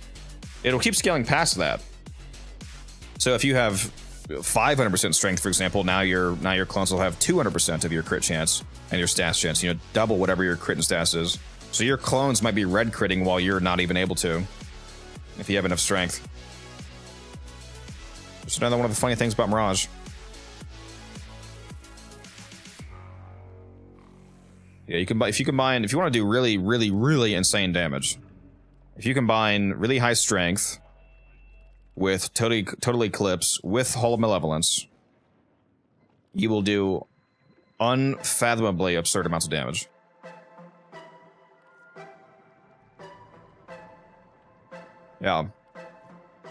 Yeah, so yeah, along with the crit scaling and the stat scale, they also only at base deal 20% of your damage with skills of power strength, which is why mine says just about 60% strength right now. So once I have, assuming I had augmented and growing power active, my actual strength would be 383%, so 3.83 times 20 makes them do 76.6% of my damage. Hall of Malevolence is multiplicative to that multiplier. So you can basically just view that as an extra 1.5, so times 1.5, now they do 114.9% of my damage. So now they do more damage than I do with my own shots. And also keep in mind that, again, if you have this much strength, they also have more crit chance and more stats chance than you. So they're already also doing more damage because of that. Now, if we're using Total Eclipse, my Eclipse now is about 600%. Let's call it... we'll just do the actual math. 200 times 3.83. That is a 766% eclipse. So now we do 8.66 times 115, basically. And now they're doing almost 1,000% of my damage. And again, because of the extra crit and stats chance, it is going to be actually more than 1,000% of my damage. So Mirage is just... she's stupid. Also, when you're using Mirage, when you're using a gun with Mirage, I believe it's only the front two clones actually shoot with you. So even though there's 4 clones around you, you're not shooting 5 times. It's you shooting and then only 2 of your clones are shooting. So you're only getting 2 extra shots out, basically. If you melee, though, all 4 of them melee. So if you use like the Snappities, for example, with the slam build, all 5 of you will slam with the Snappities and do really fucking insane damage. Oh yeah, exactly what, yeah. I didn't even see that you said that in chat, Tori, but yeah, exactly what you just said. Multi-shot works normally on clones. It should, yeah. I don't think there's anything wonky with multi-shot. I'm pretty sure the only calculations that are weird on the clones is their odd crit chance and stats chance scaling. All 4 of them throw glaives, yes. So if you use like a Zorus on Mirage, for example, you'll throw 5 Zoruses out, which is hilarious.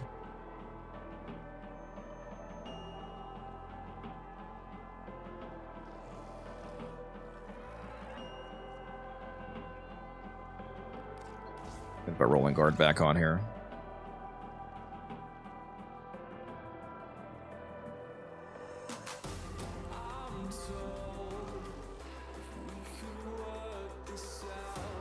Worth a shot now before slam change? No, Gino. Worth it, especially because of the slam changes.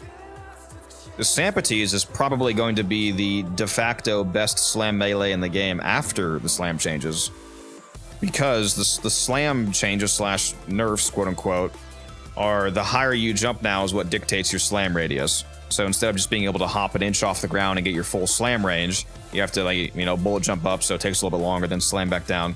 The Snappities, though, when you slam with the Snappities, when you slam or heavy slam, it releases explosive projectiles that travel out a set distance in front of you. On the regular slam, for example, it travels out like 3 of them, like up to like 40 meters ahead of you. That is unrelated to slam radius.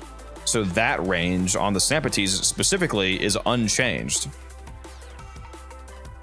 no nerf to that, because that's a separate mechanic to slam radius.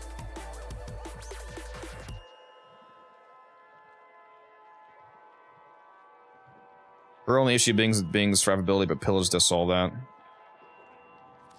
Yeah, there's a few things you can solve that with, like you said, like rolling guards, really nice. Yeah, I'll whip out the Sampities here. I do have a Riven on mine, obviously. Mine's crit chance and melee damage. You could just replace that with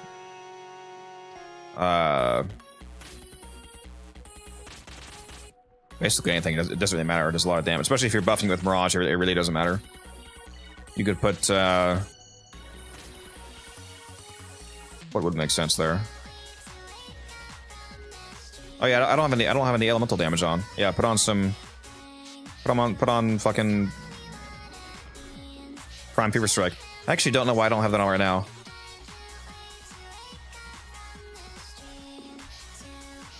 What was I running this with? Why do I have no elemental damage on here? I should change that.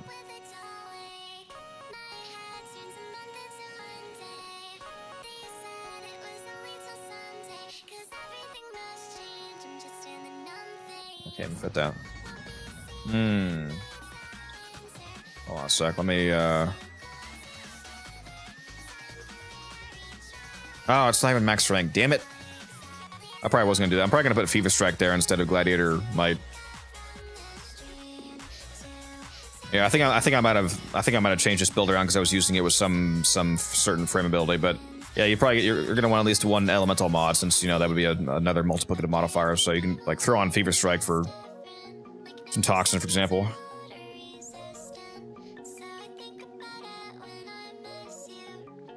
Evade a Mirage with Crepuscular Super. Yeah, that would be a lot of damage.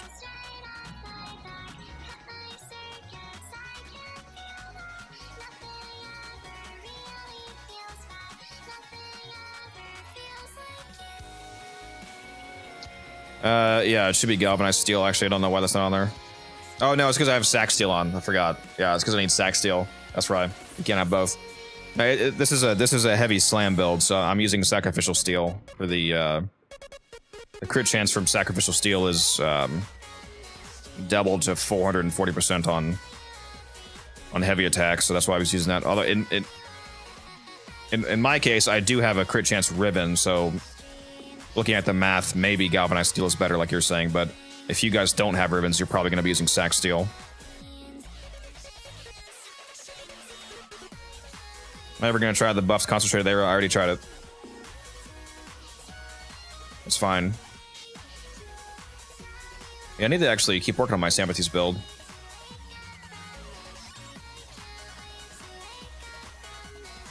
I think here.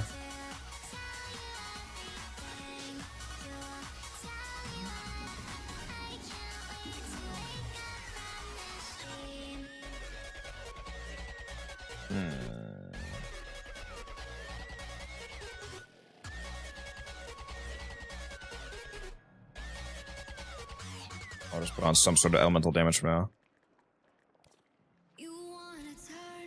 Trying to just slap something together with no Riven.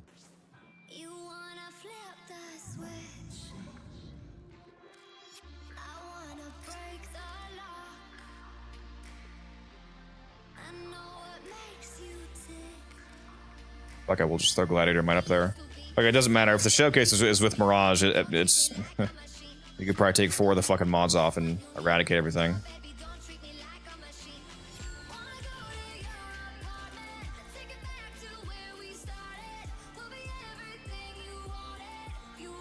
Rocket League music W? I never played Rocket League, so I don't know what you mean. Slam damage multiplicative. Yeah, slam damage is multiplicative to base damage, so if you're not using that mod, it's insane. This mod right here, Seismic Wave, when it says plus 200% slam attack damage, this is literally tripling your damage. Like plus 200% slam damage this is tripling your slam damage.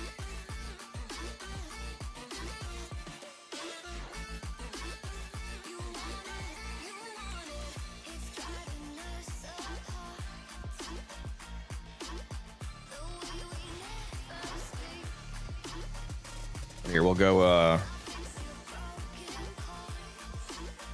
Going to an actual mission here. I might have some survivability issues, we'll see.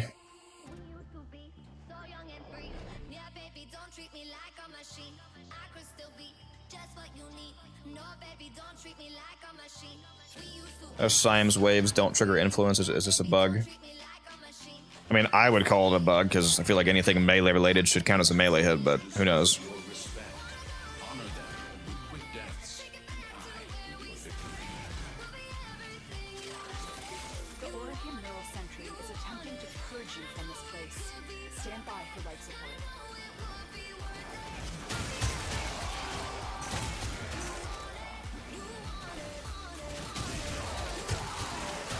Slam potees. This is with no Riven, by the way. I took my Riven off.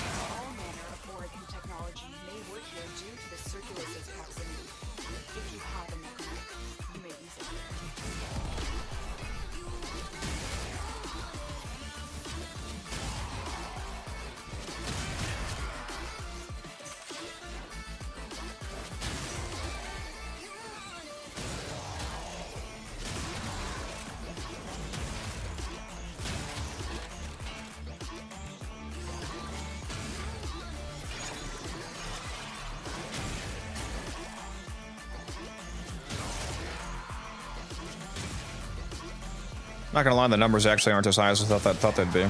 Doesn't matter, everything still dies instantly. I also don't have my Molt Augmented stacked up all the way.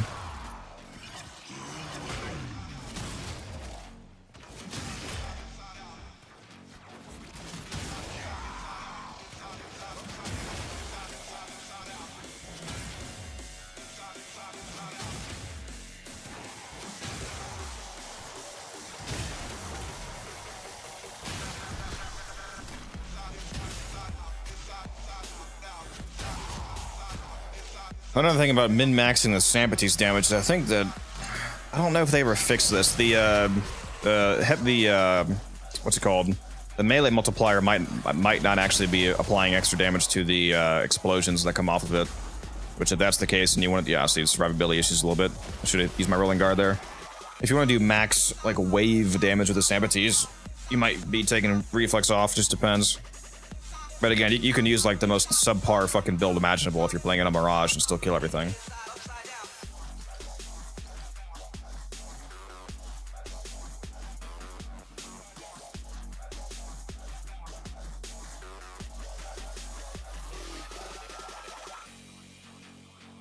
Yeah, if you're one-hitting them, then that's why influence doesn't work. Influence doesn't spread procs from enemies that you one-hit kill, which is super annoying.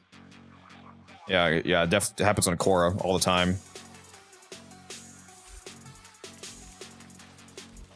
Especially if you got a Khora like mine with all these Violets on.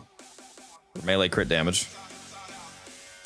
I used to never run Violets on Khora. Well, I did, but I didn't run the melee crit Violets. I ran them for the equilibrium effect. After my after my Khora got severely nerfed from the Exalted rework, I decided to get a little bit of that damage back and switch over to melee crit shards. I got giga nerfed when Khora, when they did the Exalted rework, because previously I was using a Incarnate Magistar with a Riven, so I was doing way more damage.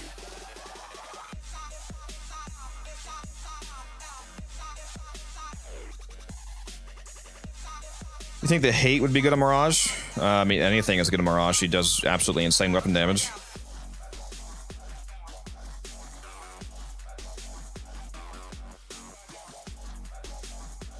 I switched to strength shards now that it's multiplicative with the base damage. It always was. But yeah, that's an option.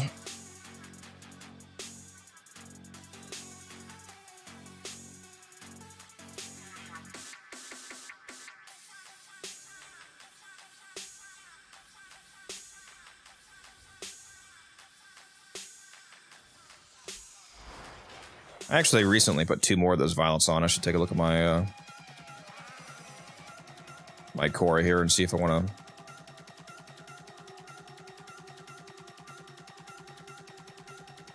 take off Gladiator might. I would also lose 110% crit chance if I did that though. This is effectively giving me 60% crit damage and 110% crit chance because of the set effect. I'll probably just keep that on. Let's get this thing off the ground.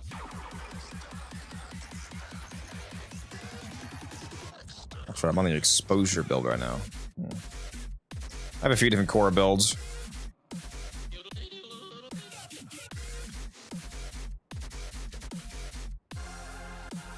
Goddamn nerds.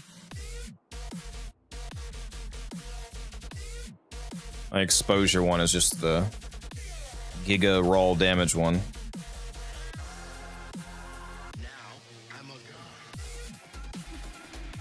Tight build if I ever saw one.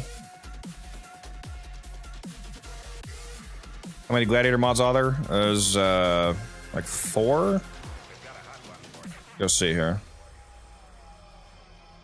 Gladiator Finesse, Gladiator Vice, Might, Resolve, Aegis Rush, what is it, like 6? 1, 2, 3, 4, 5, 6, I guess. I forgot about Resolve. It's so insanely useless. 40% health.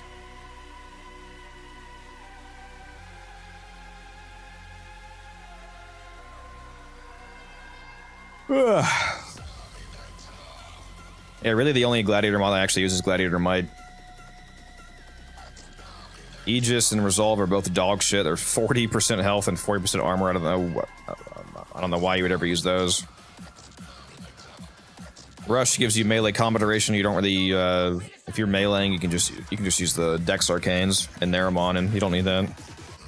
Waste of a mod slot usually. Finesse is just a much weaker version of Quick Thinking, and then Vice is potentially worth using. It's 30% attack speed, and if you're at 12x combo, it also gives you 110% crit chance since it's 10% per tier. So that one's not terrible. So it's basically Vice and Might are the two you might actually use.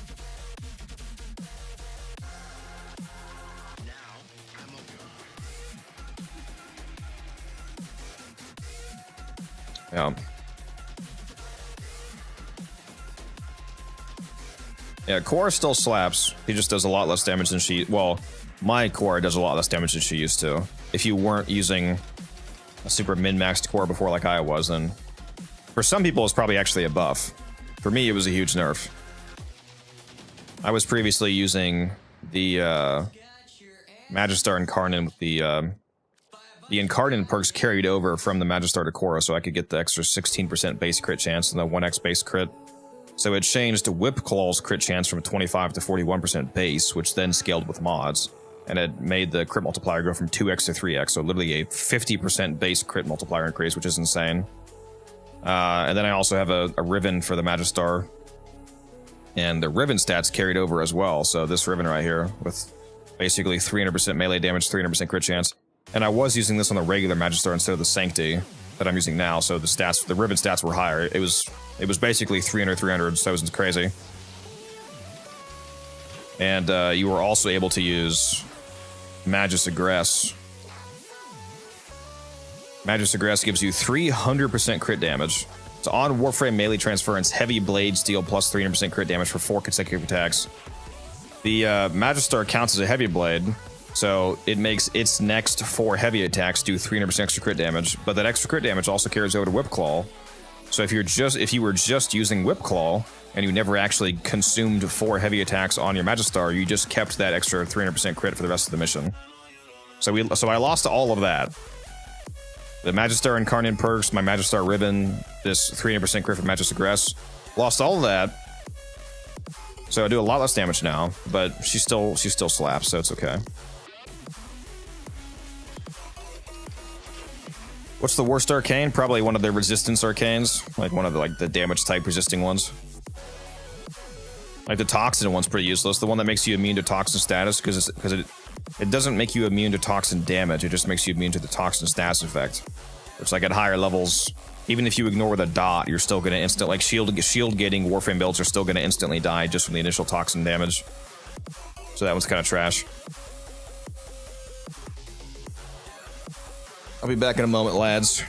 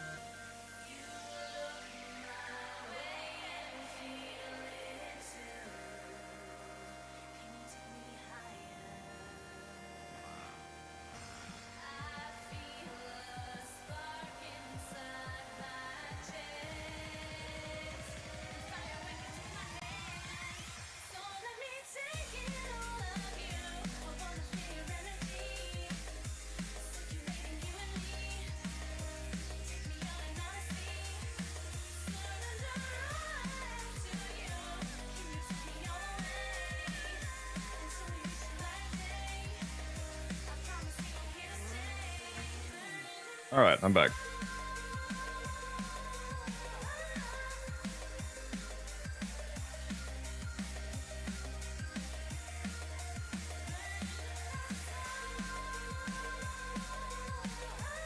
I don't have an Octavia video, but I do have a Wisp video, Mecha, if you want to check it out.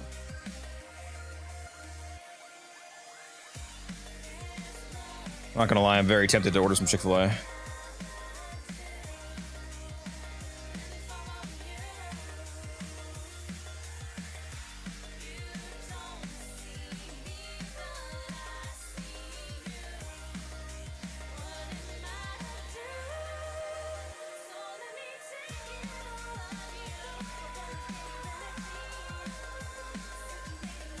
I should not, though. Okay, what am I gonna do here?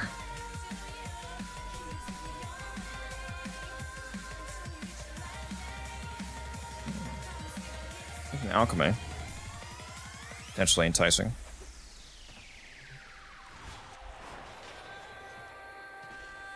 Oh, didn't I find out the, I think I forgot I found out the, right mod for the coda here. Let me put that on.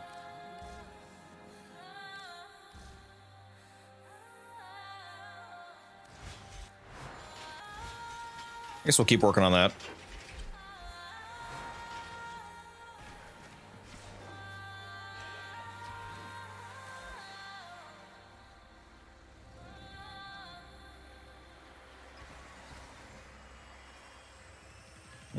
Or will I? I don't have any daily standing left. Maybe I should just wait until another day so I can get some standing while I do this. Might be the play.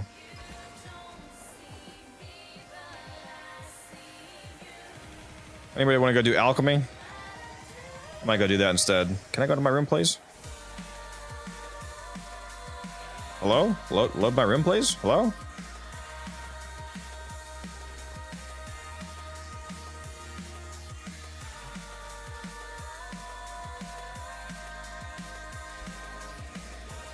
I need to put these Ember and Excalibur invigorations on before I forget. I'll do that right now.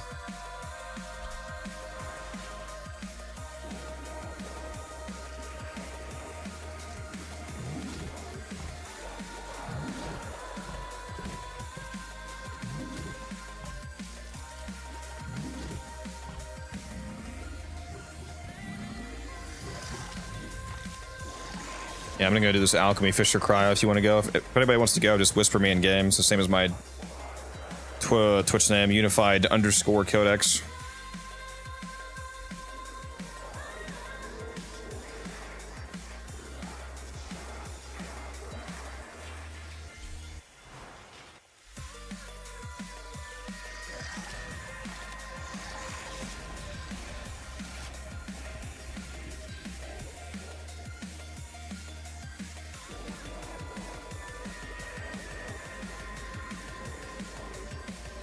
Yeah, probably cryo.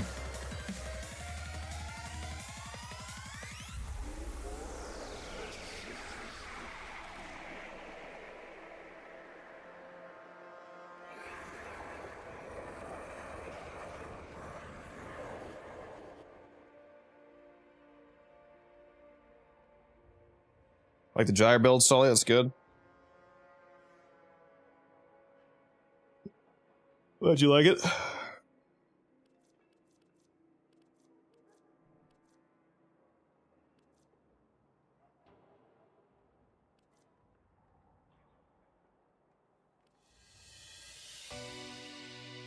Who do I feel like bringing?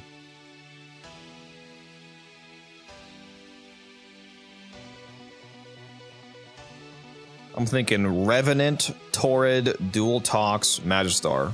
Just kidding. Just pure slop loadout. Nah, I won't bring that.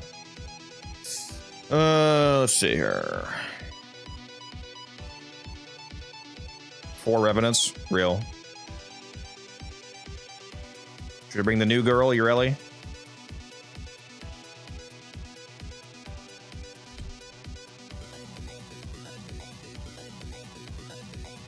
Mag. I could do some mag action.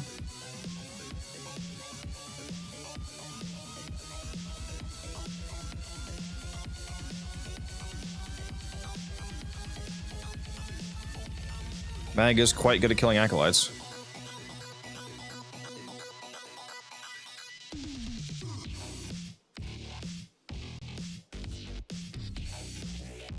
I'm gonna try out Mag with a Daiku to see if I can hit headshots with the bubble easily. I'll bring the Dual Tox as a backup. I'll just slap on the Praetos for some movement speed.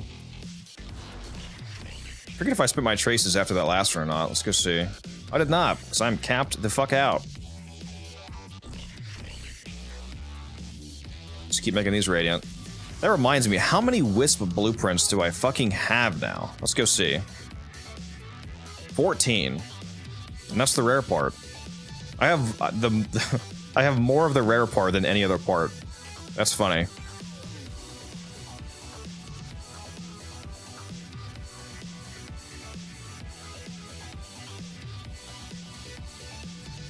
Time to make 18 more blueprint radiants.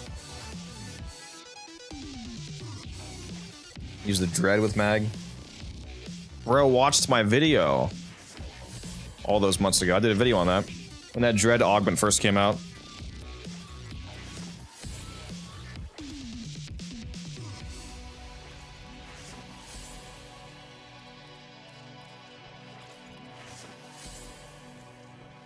Yeah, Dread goes pretty hard now that we have Arcane Crepuscular as well, because you can just turn yourself invisible.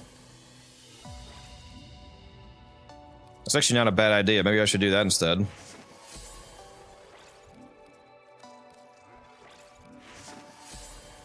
Yeah, I made a video on that.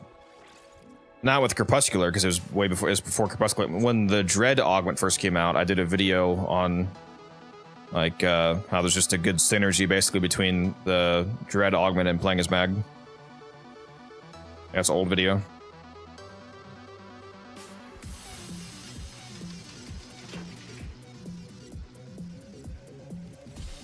Is the Dread augment still bugged to not do what it actually says that it does?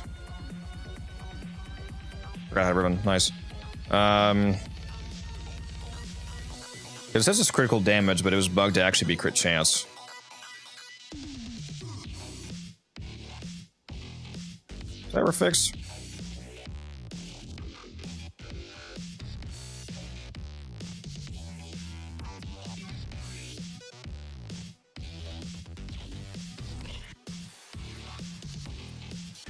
Who knows?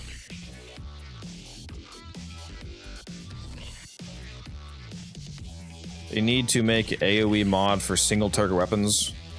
It's called Blast. Mod for Blast.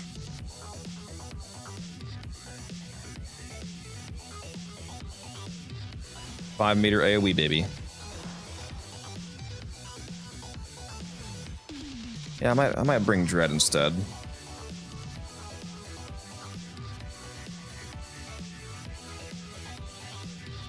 Especially with this thick ribbon I got here. Why do I have dexterity on? Should change that.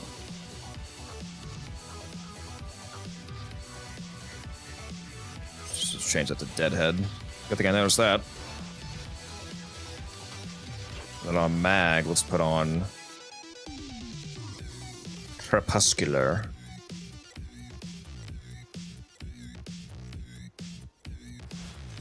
And we'll see what kind of numbies we hit here.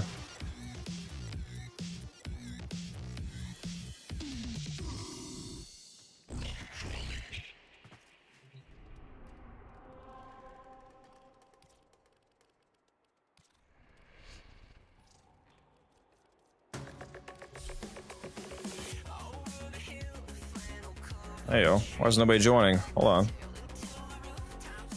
Oh, did I? Oh, I put it on friends only instead of public on accident. That's why.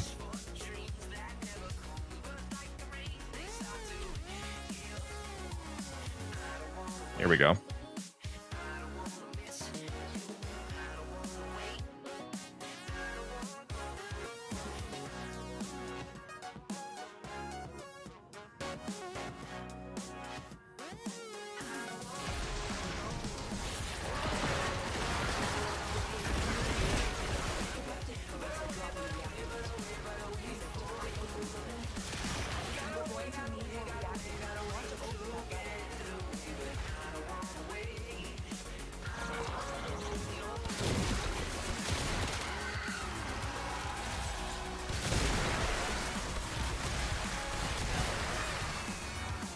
Okay, the host just left. Cool, cool, cool, cool, cool.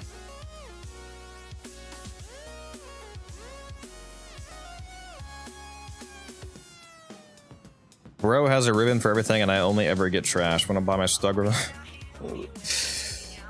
Well, it's because I don't just open my ribbons. Some of them I just buy. If I want a ribbon for a certain ribbon, I'll just buy it. Either buy it already good or just roll it myself.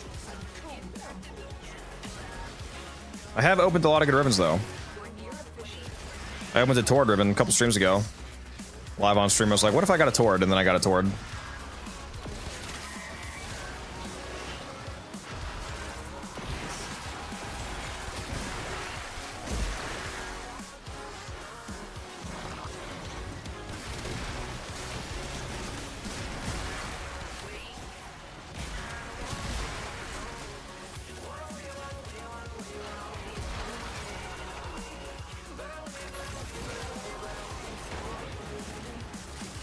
Alright, let me actually do the mission here. Grab some amphors.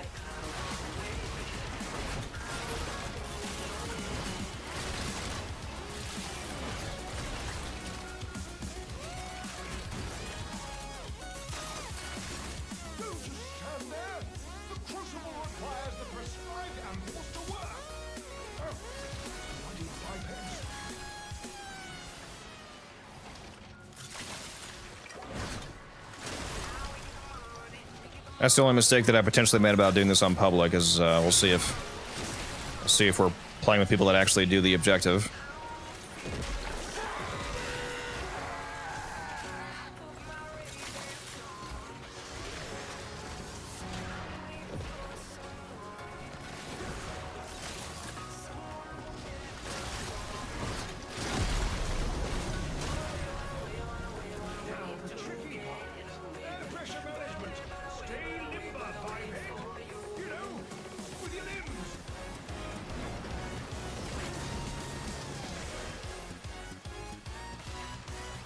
Gotta figure out who's doing pipes too.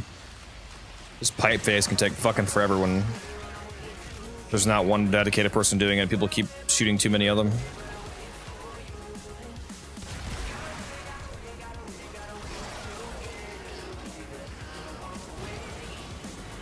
Looks like that might be letting me do it.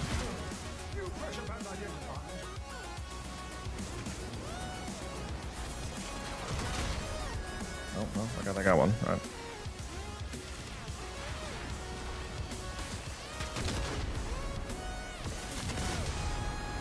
Ah, we almost made it all the way perfectly.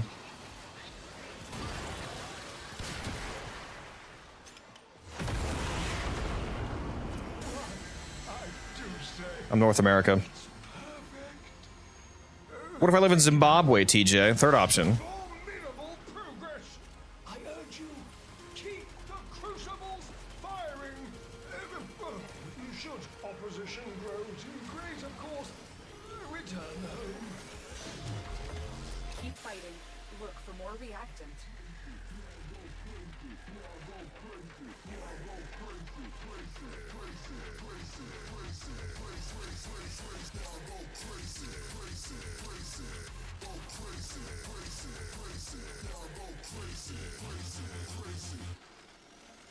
Let's see if I can get some more Wisp blueprints. Can be created by electrical stimulation of an intensely cool subject.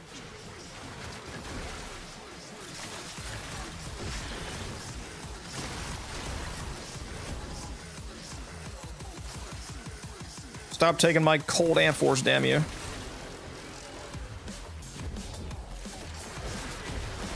Where is it? Oh, it is. Oh, it's literally right here. Same room, okay.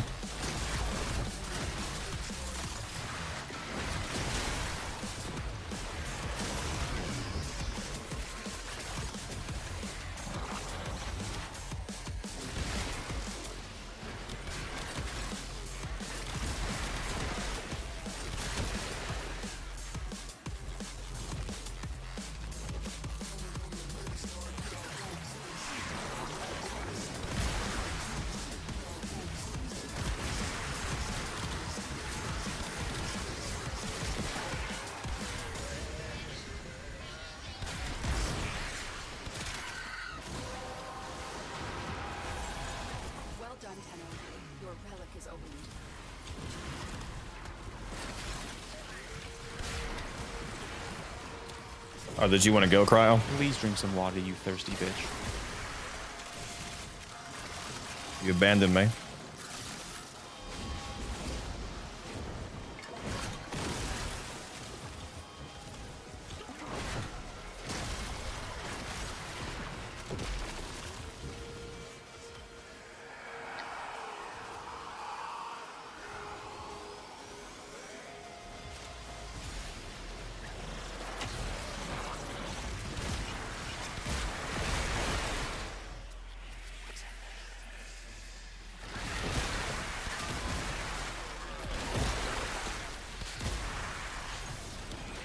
Let me turn invisible, damn it. Strategy isn't quite as good here, I feel like. Need more enemies.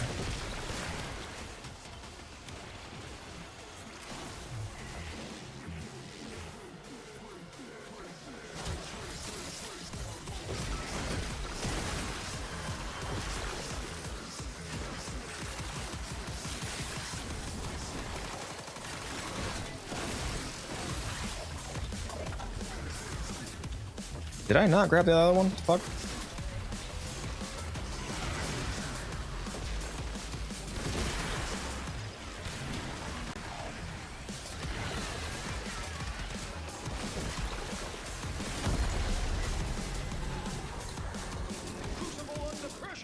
Yeah, this strategy works a lot better in survival, a bit more enemy density. I'm whipping out me dual talks.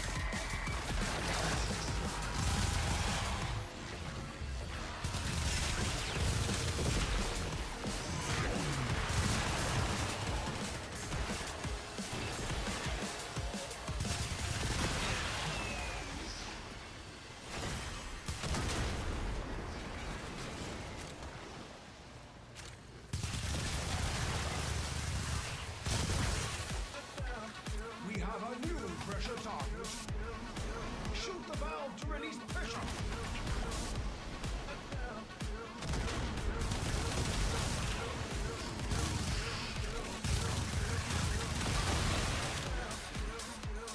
Innervate go burr. Man, I love using Innervate in the dual talk, so I don't have to take the crit chance evolution. I could take the punch through evolution instead. 3 meters of punch through is so crazy.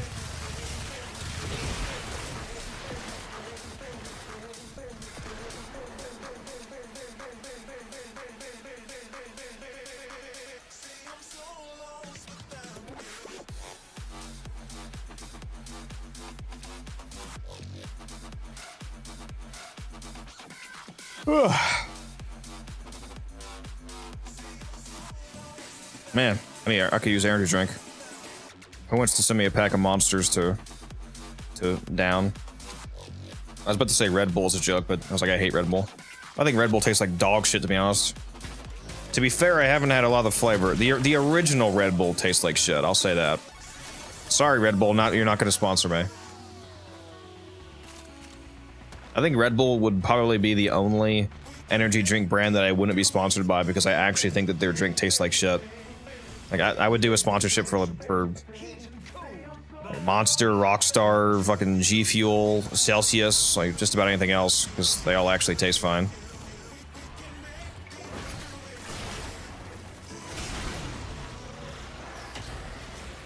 Coconut one is good. I mean, I haven't had, maybe some of the other flavors are good, but at least the original Red Bull, last time I had it, tasted like just battery acid. It was awful.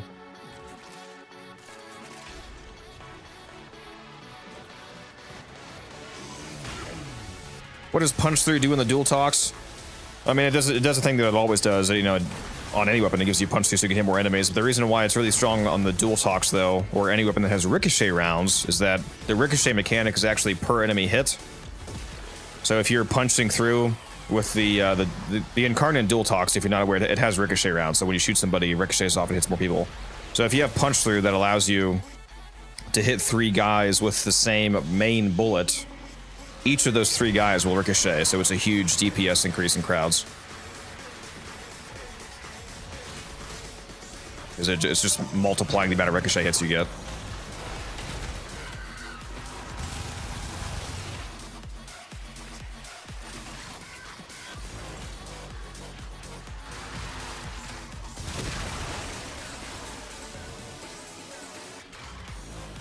Red Bull actually feels like an energy drink to me. I just feel like soda. Well, you mean it actually gives you energy and other ones don't?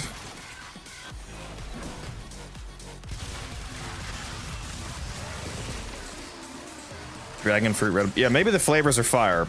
I don't know. I haven't had them. I've only had the original. I'm just saying the original is awful.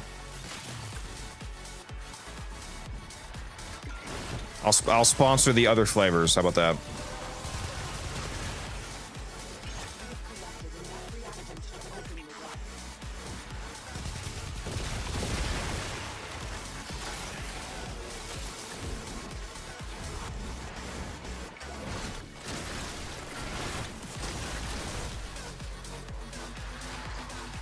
Maybe I'll buy one today and try it out if I can find another flavor.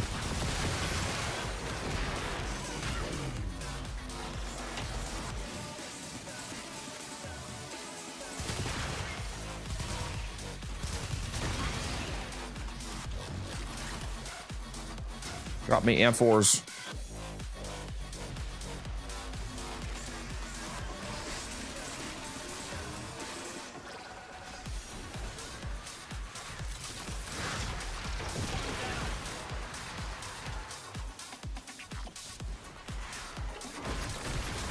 Quick reminder again to everybody watching on YouTube. If any of you are watching on YouTube, and even if you've never watched me on Twitch, would greatly appreciate if you would hop over on Twitch and drop me a follow. We are still trying to hit the 1,000 follower goal on Twitch.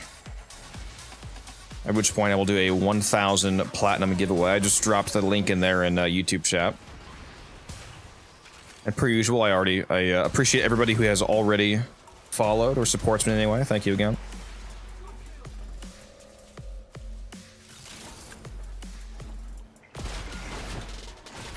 Throw that in there. We're almost done. Give me some cold. Thank you, ZR Lee, for the follow. Appreciate that.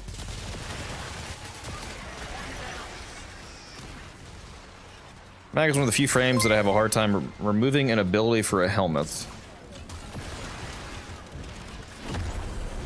Thank you, Jota. Appreciate that. Protea for me in that regard. Protea? Bro is trolling. The fourth ability is terrible. On Mag, I feel like Polarize and Pool are two pretty easy replacement choices.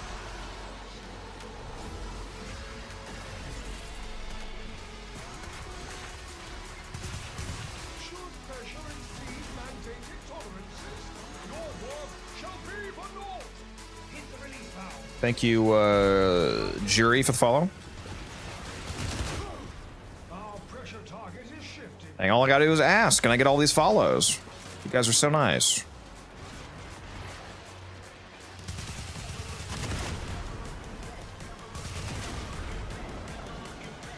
And if you want to watch the stream with no ads, because I know there is ads on YouTube, you can drop a sub to me on Twitch. You can even do it for free if you have Amazon Prime. You can use your free Amazon Prime sub. If you're not aware of that, if you have an Amazon account, you have a free sub you can use each month. So if you want to drop that Prime sub on me, or a tier 1, tier 2, tier 3 sub if you're feeling generous, you can watch with 0 ads. You won't miss any of the discussion. Both Polarized and Pulse Synergies, what I want to do is Breach Surge. Breach Surge is just so good. Thank you, Gillies, for the follow. Appreciate that. Thank you, Gillies, with the, why is it not telling me what there it is. Prime sub, appreciate that. Thank you, thank you.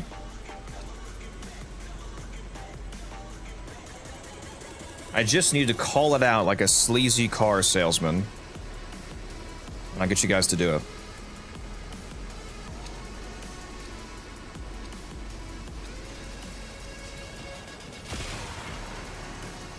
What is that noise, dude? You guys hear that? Hold on, let me pause the music. What is that? Okay, it's gone now. Never mind. It sounded like one of the pipes was like constantly exploding.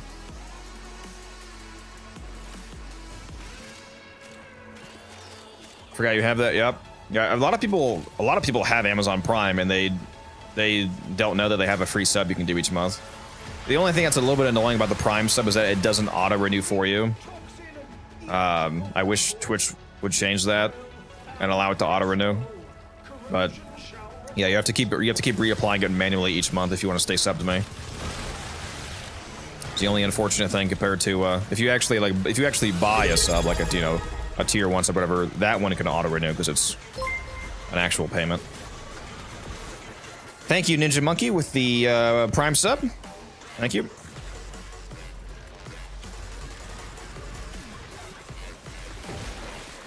I know Amazon regrets releasing the whole free Prime sub thing because they lose money.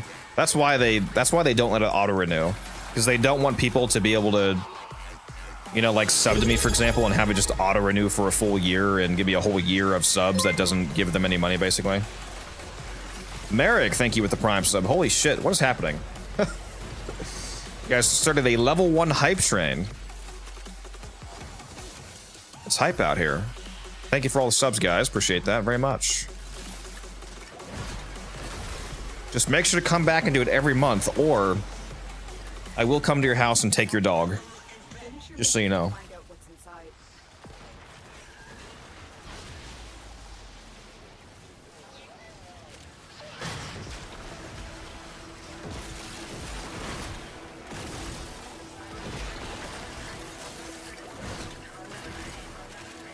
Oh man, I definitely need to get some food before I go to work.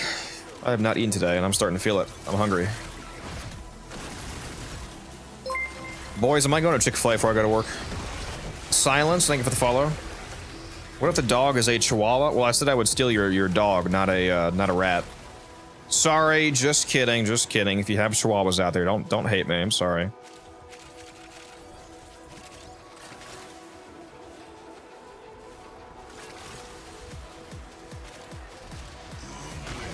Some chihuahuas are actually quite nice.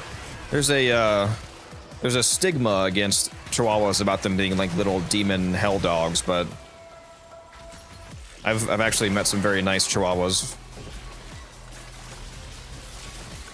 They can be cute when they're not trying to kill you, seemingly.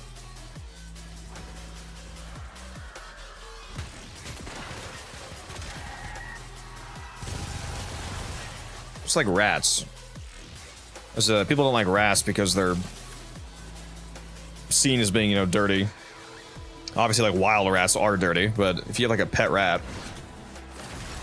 that keeps itself clean and you keep it clean. I think rats are actually really cute. When I was in high school, my physics teacher had a pet rat.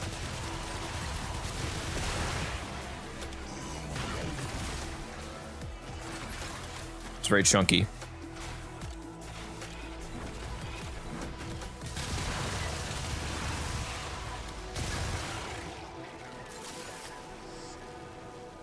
Kobe. Oh, did I throw that into the wall, dude? No fucking way.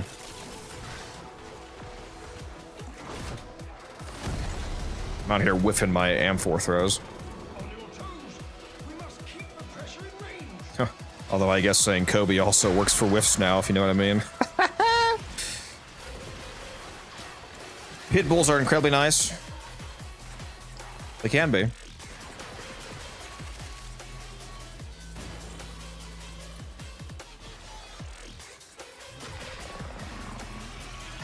Too soon? Yeah, my bad. Fun fact, rats are one of the few names that constantly...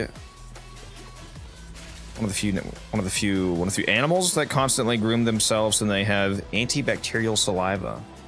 Yeah, it's like cats. It's crazy how clean cats keep themselves. For, you know, not... You know, like as a human, we hop in a shower and we gotta go buy soap and lather all this chemical shit on us. Cats are just like...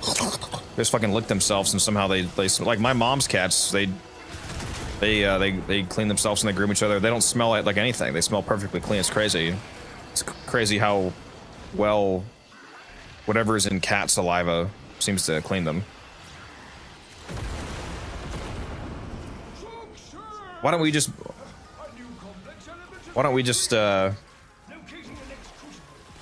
just bottle cat saliva and sell that?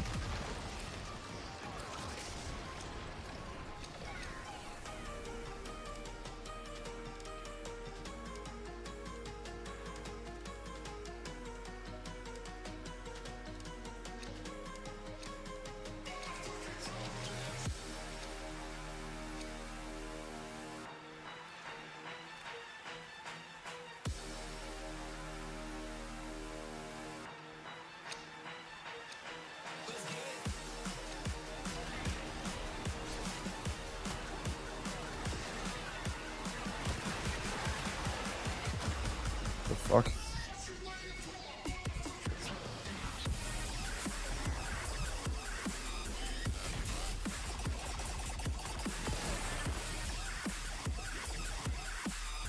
Can I not spell?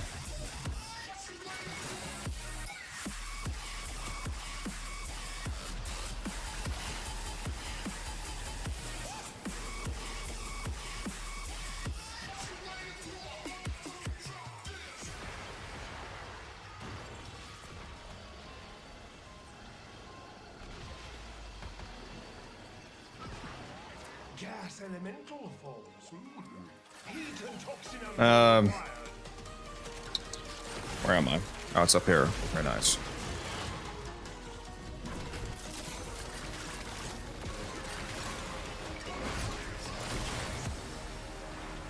But I got sidetracked for a second there. Chickens were domesticated soon after. Aren't chickens technically the only living dinosaurs still?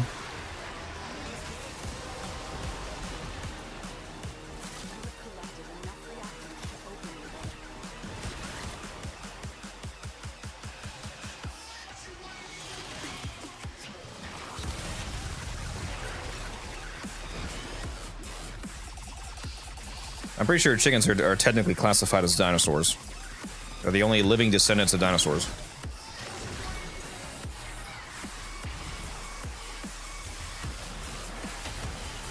Is it all birds? I thought it was only chickens.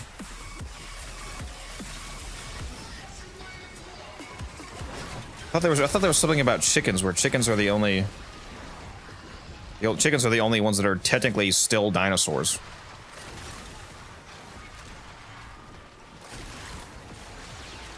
Maybe I'm tripping, I don't know. I'm no dinosaurologist. Trust me, that's the name. Dinosaurologist.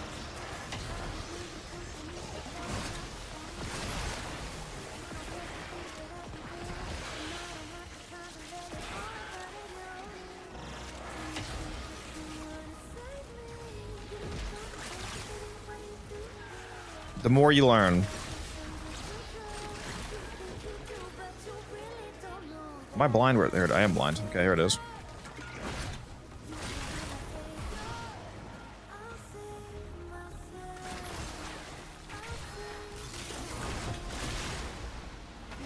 You should see how glowy these amphors are when you have HDR on. It's amazing.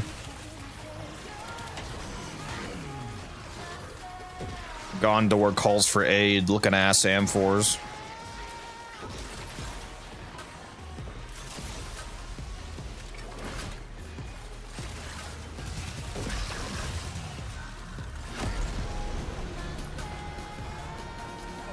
Paleontology stream. Yeah.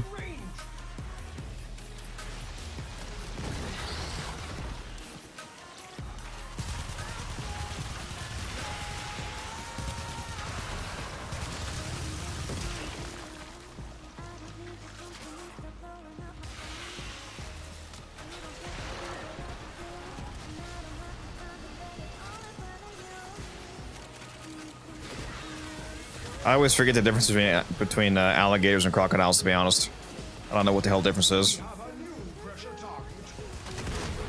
Same with turtles and tortoises. I think one of the differences between turtles and tortoises is one of them is in water and one of them is not. But aside from that, I don't really know.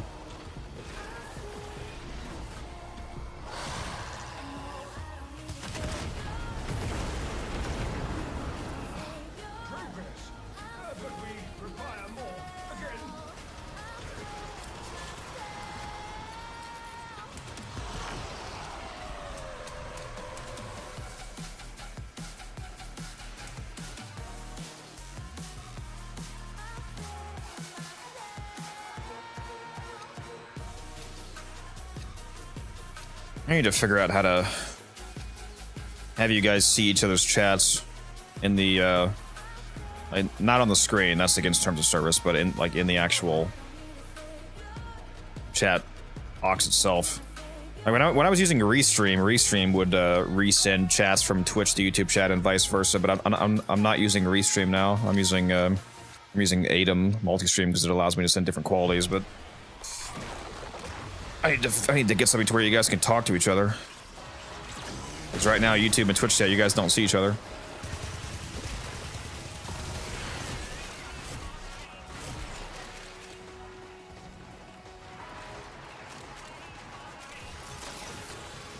What do we need? Cold and electric.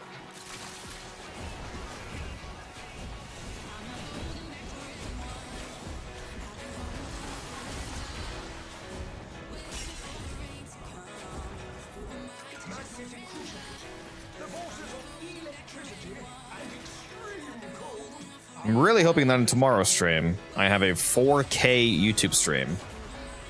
and then the normal Twitch stream. Because today I thought I fixed it and it's still not working. YouTube is still only 1440p. Really pissing me off. Speaking of which, let me go see if I can see the bitrate. Stats for nerds. Just show me the bitrate.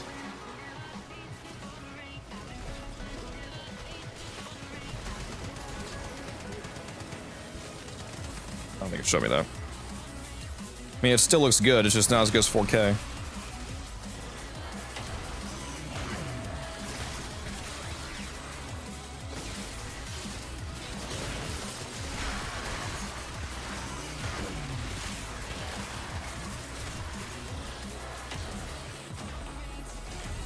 Okay, I just got roasted by some toxin damage, I guess. There's no enemies for me to rest off of.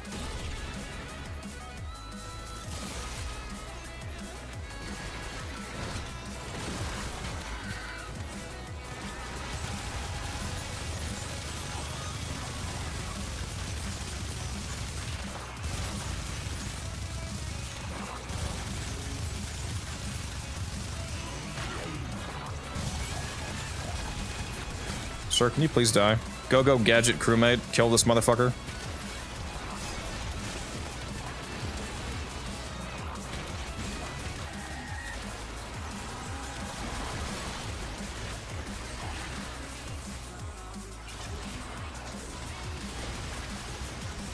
You guys are really fighting over this dinosaur thing, huh? Oh shit, speaking of YouTube chat.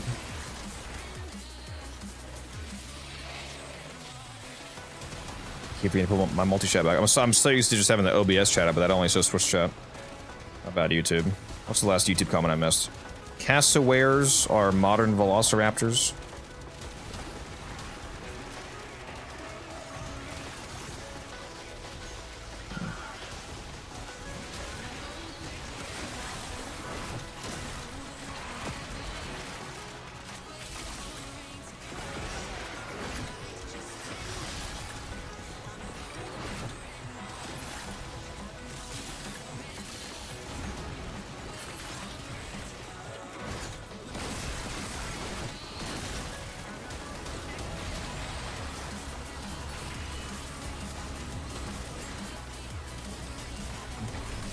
The wolves they reincarnated. What a crazy statement.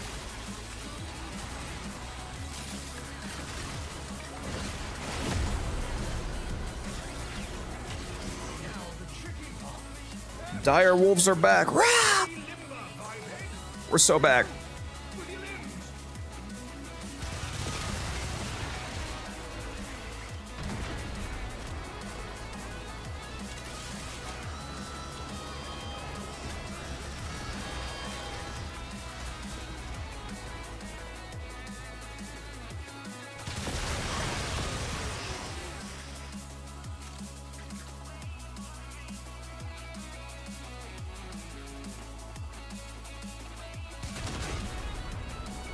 Shit. I guess somebody else is doing pipes right now, too.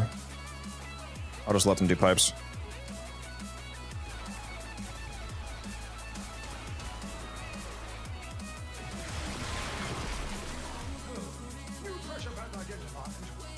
Is he?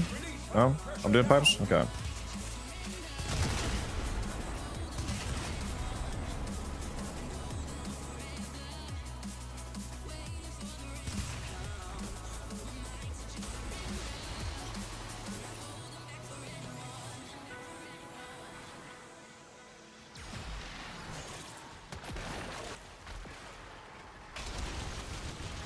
Fire wolves? Well, that's even more badass. Progress, but we require more again. It all started when the fire wolves attacked.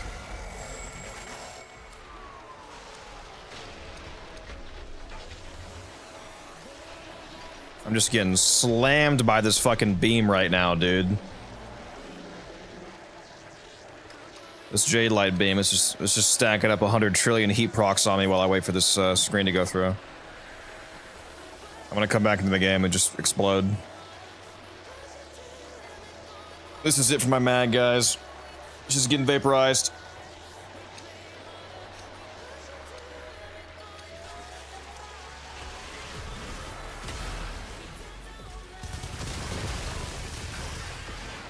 Is that guy who just selected no relic the host? He sure is the host. Is he leaving?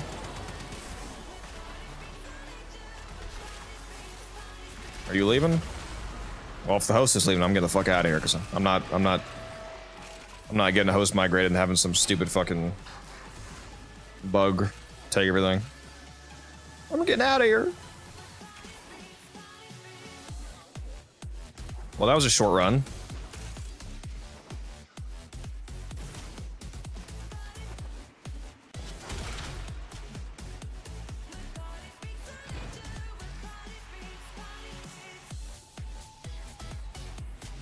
Definitely heard of death by a beam when the J-Light Xmas first came out.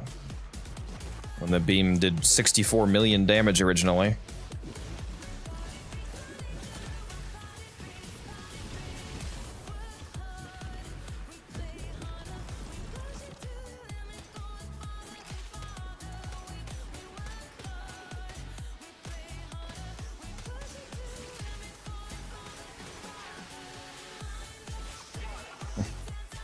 Why do they hate us?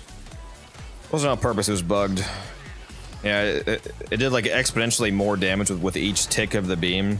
So when they first came out, if you stood in the beam for the full duration, it did a total of 64 million damage to you. It's quite deadly.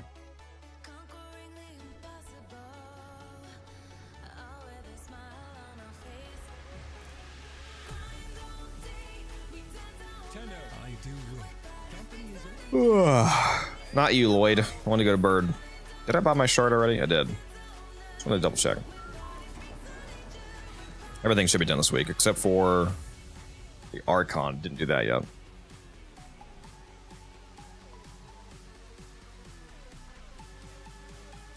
Maybe I should just go get that done.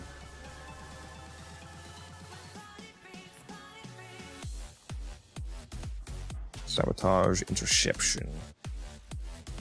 Yeah, I'm just gonna go get this done.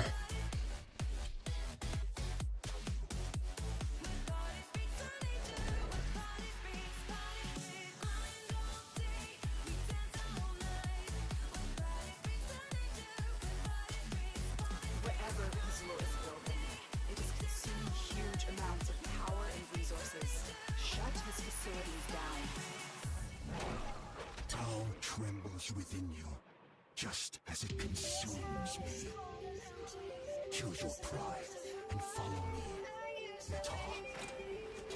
The mixer activates the toxin by combining it with a biocatalyst. Remove the biocatalyst. I'm fast as fuck, boy.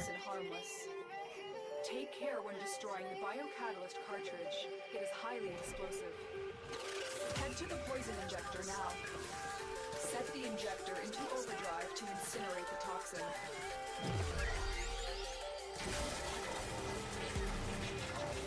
What? God damn, this fly is annoying me. Went to go do to Port Local Media and realized I don't have the art gun launcher. Whew. Wow.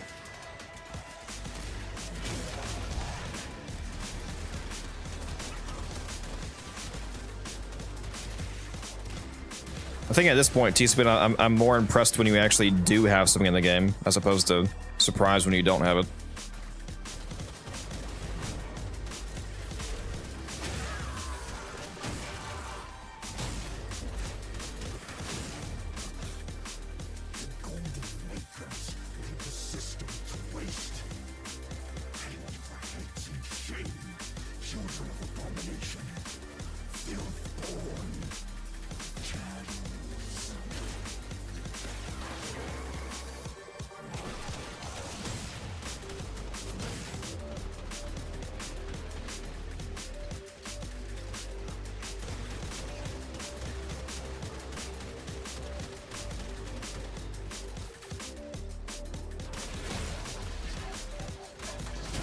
The launcher is from what, unlocking the Vox Solaris Syndicate? I think that's what that's from. For Profit Taker.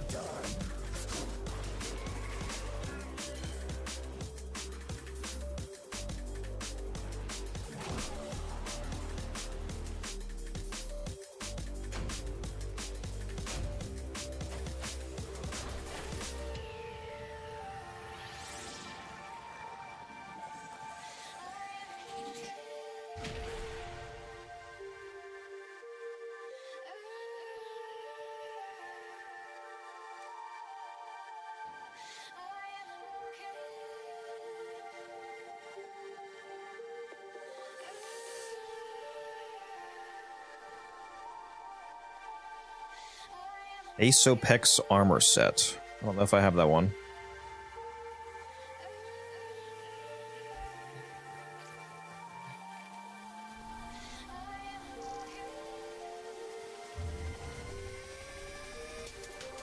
Oops.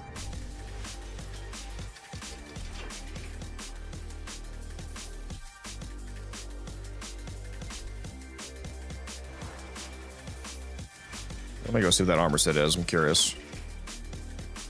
Oops. Oh my god. Attachments. Asopex shoulder plates.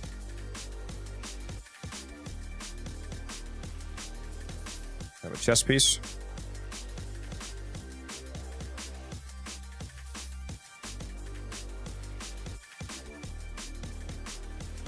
Yeah, doesn't look bad.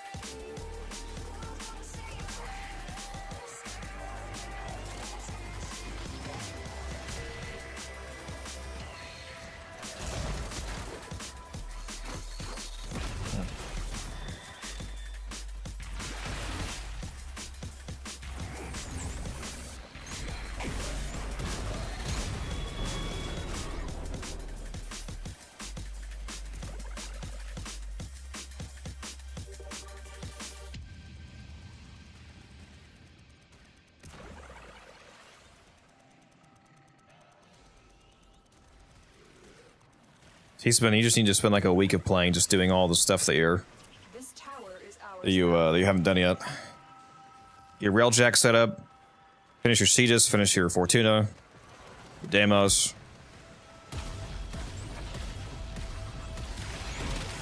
All the other 6-year-old pieces of content.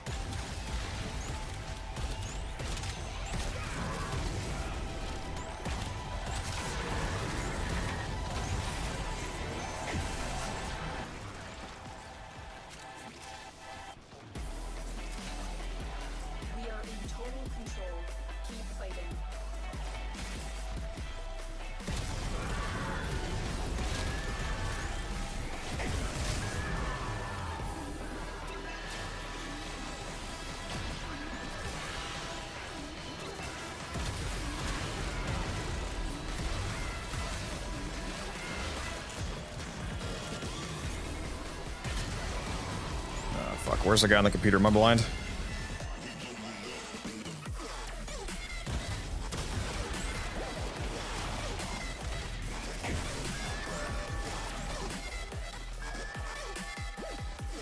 Yeah, avoiding the open worlds doesn't work out very well, given how much decent stuff there is locked behind them.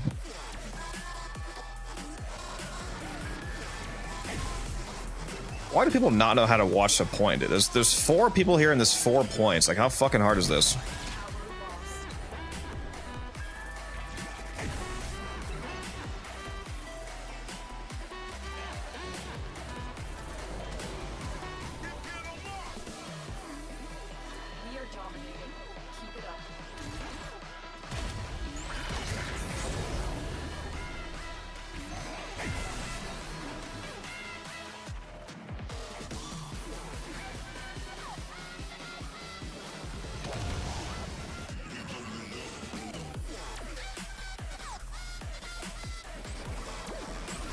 I'm gonna get a Town Forge shard from this.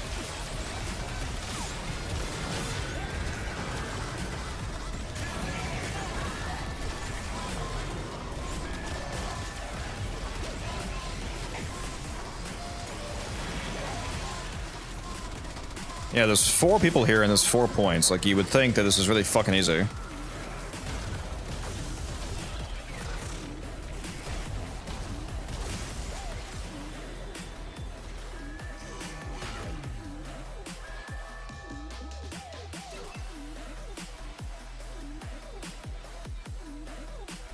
But people always want to roam around, though.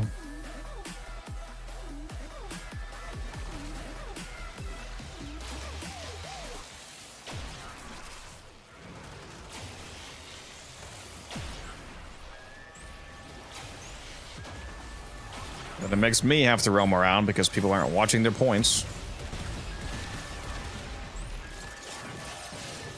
We have successfully decoded the message. Clear the area.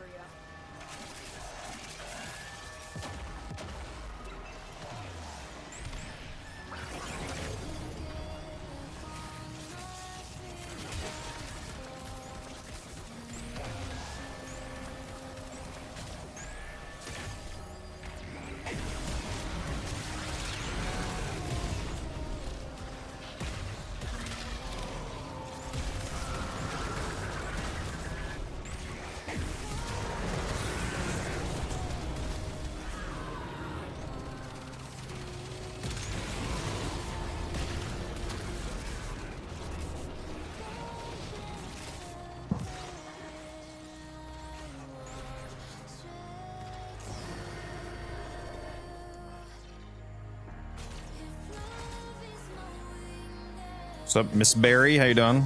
Great realms, and the horns of Riven were crowned with soul and with tower. And upon his tongue, the Saryn flame Work, as always. cowered before him, and he feared it not. Try and capture another signal. You ready for TennoCon soon here? Has surely rallied stronger. You ready for me to Tower captured. be angry at you the whole time because you get a VIP ticket and I didn't?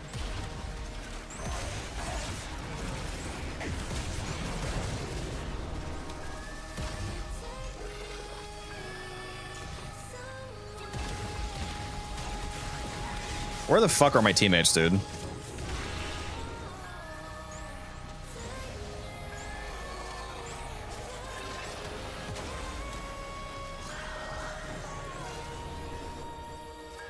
lost control of the tower.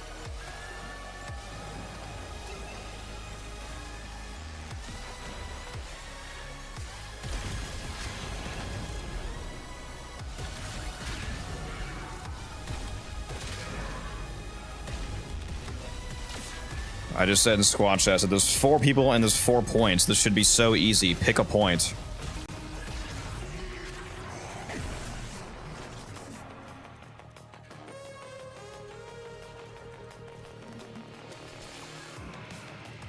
It's fucking insane how this should literally be like the easiest goddamn game mode. The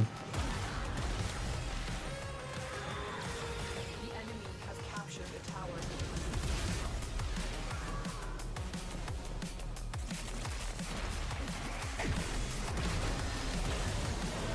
Dude, how does your shit keep getting recaptured? Now I gotta run away from my stuff and my shit gets recaptured. How are they even capping mine? There's nobody on a computer over here.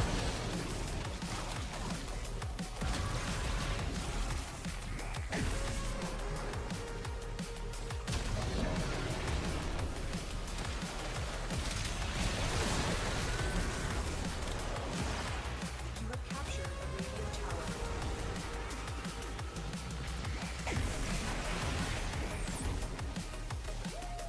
Yeah, team is taking a nap, dude. I think is my thing having a visual bug right now? Because I don't know why C is flashing when there's nobody on a terminal. We have control of all 4 towers. Visual bug, I guess.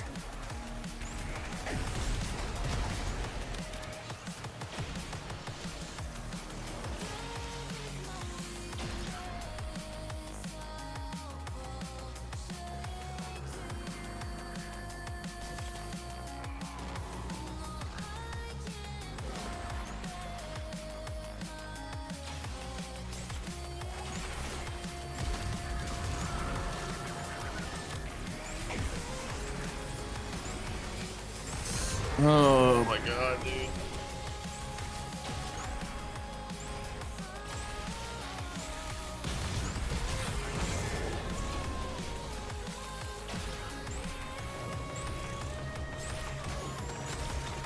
Oh, guys, look, see how easy it is when you watch your fucking point? It's crazy.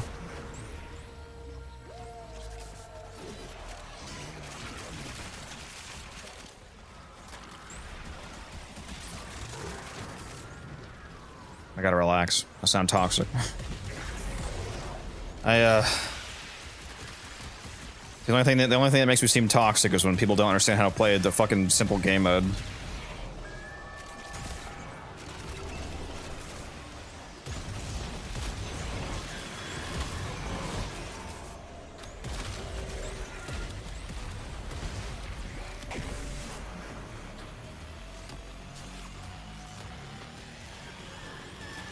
What's up, Frostmage? How you doing?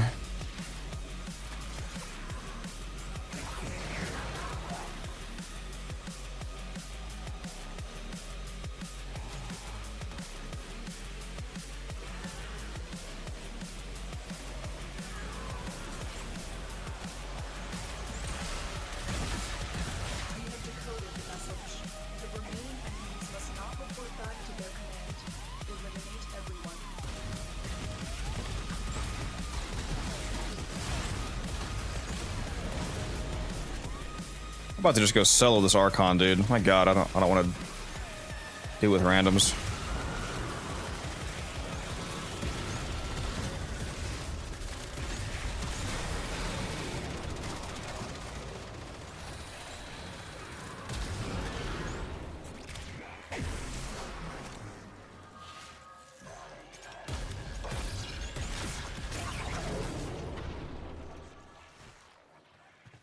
All messages decrypted.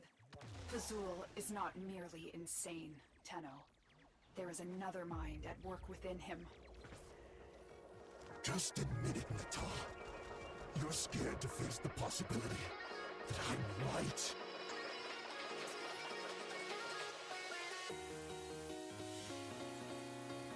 That was painful.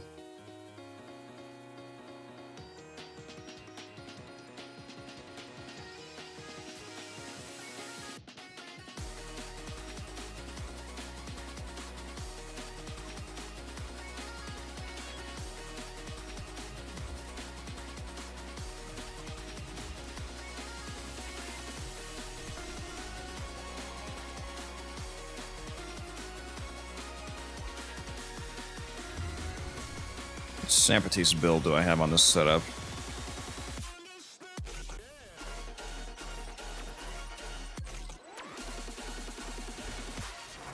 Need to fix my sympathies build into more forma.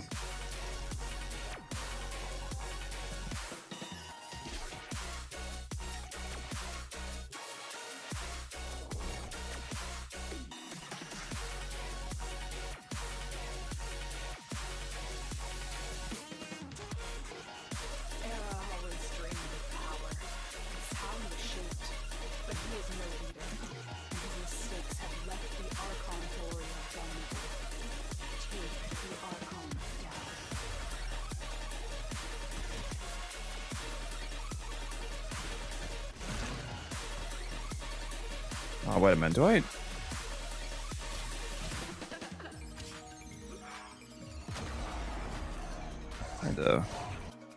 I actually do have the wrong build on for Zephyr purposes.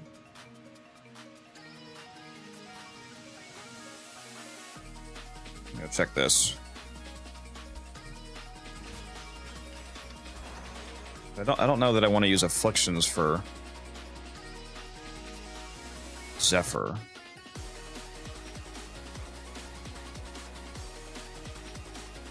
Yeah, that's not going to help at all for these. What I'm doing here.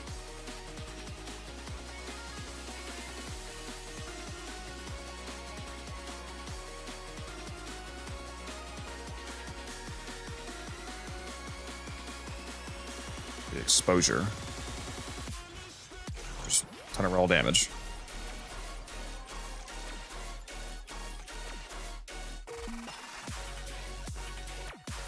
Do you think Eclipse would be good on Mesa Prime?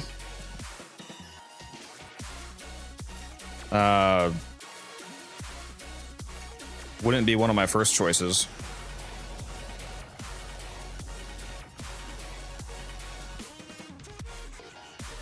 If you want a damage buff, I'd probably go Nourish instead, or even Pillage. Pillage is an indirect damage buff and also gives you shields back, which is pretty good, because her shields also get the damage reduction from Shatter Shield.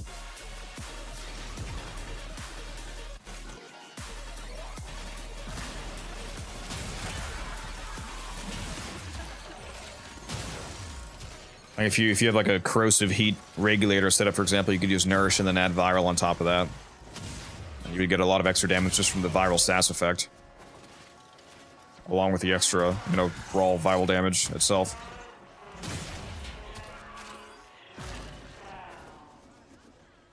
And the energy economy of Nourish, of course.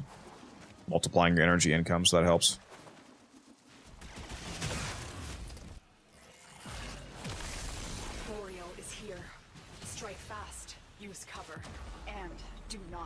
Ah, bro, how did you get me? You fuck. You fuck. I think I'm actually fucked here.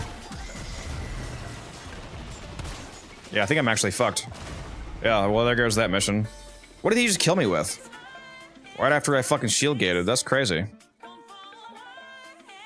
Well, that hasn't happened in a while. That's awkward. Attempt number 3. Bro just insta-roasted me. That's okay. Almost one-shot him on the first phase there. Which ability would you suggest dropping? On Mesa? The first ability, obviously. That's not even a question. First ability is dog shit.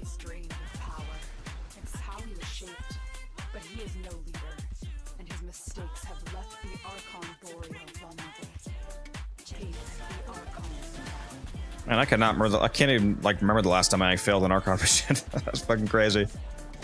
Well, there you go. Sometimes I lose. To be reassuring for you guys.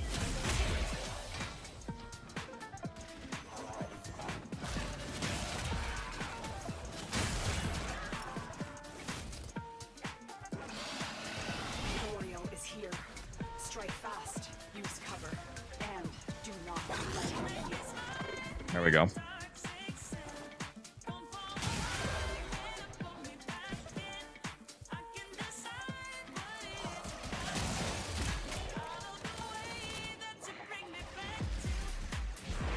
Azul has barred the way to us heathens, but stolen deacon veils should allow you to deceive the barrier.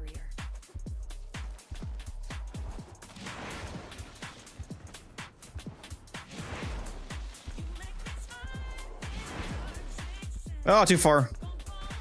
Too far. Oh, wrong way.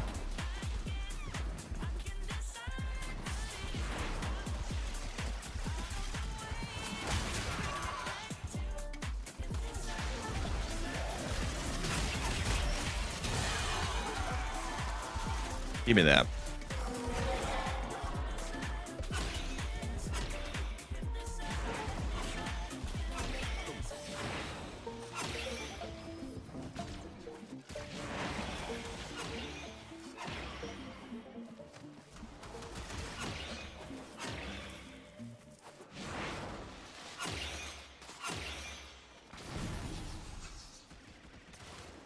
I'll respond to your guys' questions in a sec here. Speed run this shit.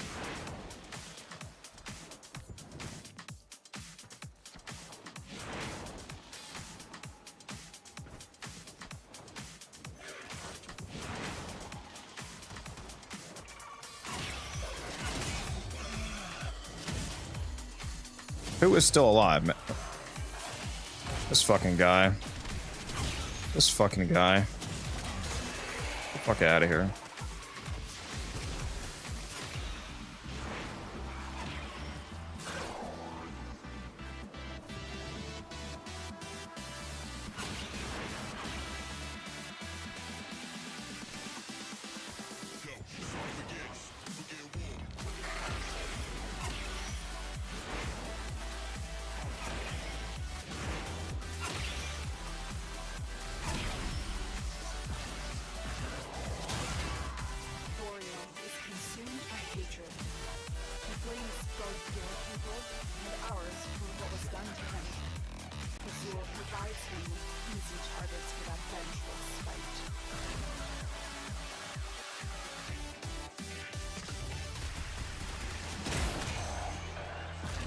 Freaking just getting to the boss fight takes longer than actually doing it.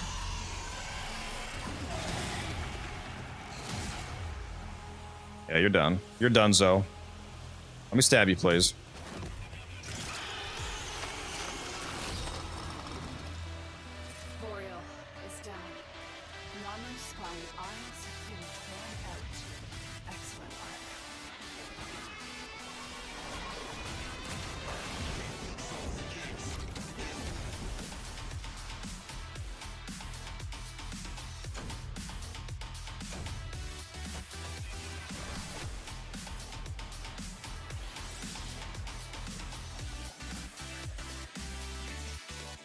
Afflictions might have actually been, but I'm not sure. Let's see how Afflictions, yeah, it's for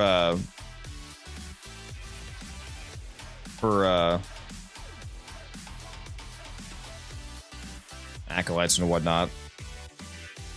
Azir.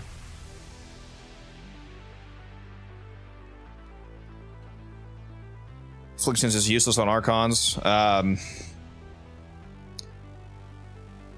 You would think so. But specifically for blasts, there might be an interaction there. They're damage attenuated, so they... TLD, if you know the damage attenuation formula work, there's some use cases for blast on them. On enemies that are status capped, I'm pretty sure the blast procs actually automatically detonate on the new cap, so if an enemy can only take 4 blast procs instead of 10, for example, the blast proc will detonate. It counts as a different hit, so that different hit can have its own damage cap in terms of the attenuation. Counts as another hit, basically, essentially functions as multi-shot, so it helps you get around attenuation. So I would have to see if Afflictions is actually better for Archons or not than Exposure, but...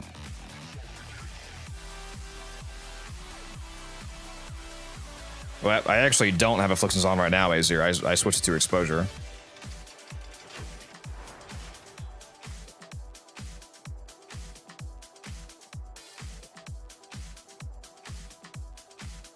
But yeah, for the regular build, I was just doing it for more blast procs, basically from the force blast procs and the explosions.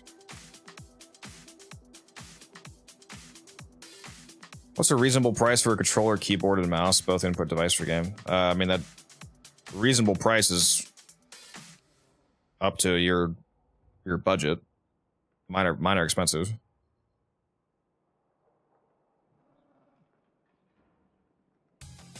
Oh, that is true, yeah. That's right. It does require lifted status, so on Archons that won't work. Yeah. Sure, that's a good point. Yeah, I usually just use Exposure. I actually don't know why I was on... Because I was on Exposure for the sister loadout. I think I just swapped my loadout before. Like when I was doing the... What's it called? I forget the name of the event. The... I just forgot the name. The fucking Jade event, whatever it's called. Belly of the Beast. I was just using an Exposure setup with a Zada, Zephyr. Just one-shot the sister. It's crazy how many times we're in that event. It's ingrained in my mind permanently. How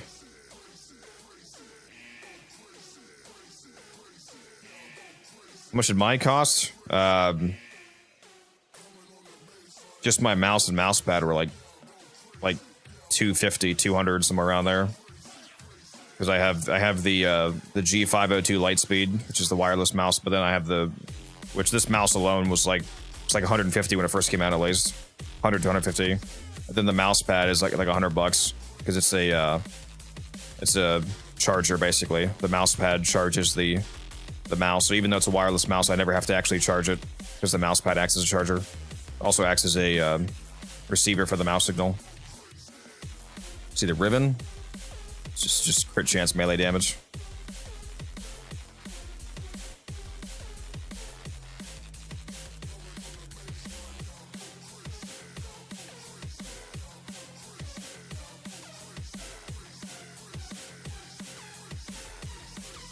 Yeah, it's a super nice mouse, T-Spin. Very comfortable. It's nice not having to deal with the wire. And it's nice never having to recharge it because it's constantly charging itself from the mouse pad. It's worth the money for me.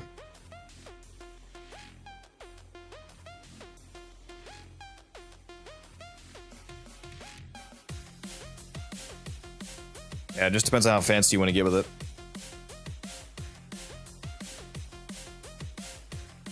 I've never heard of that mouse, Merrick. Better be good though for $400.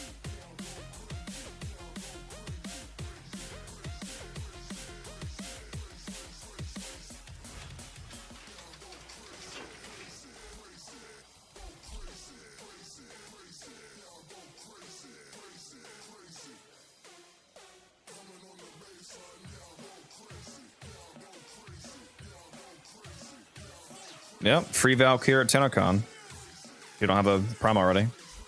It's quite nice. Did I do today's daily yet? I did not. I get a mark, I'm not just picking them up. Mark 5 mods or resources. Should have done that when I was in that alchemy.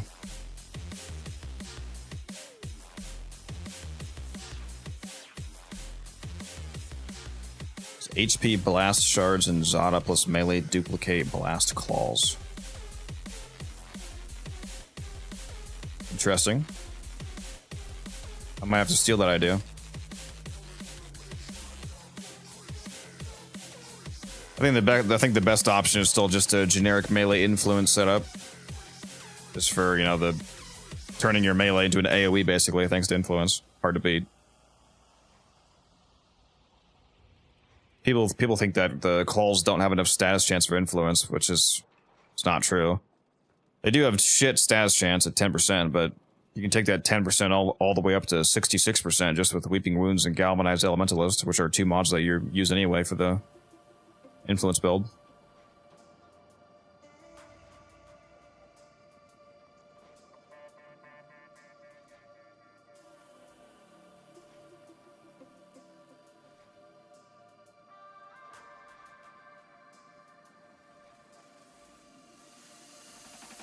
Custom PCB carbon mouse.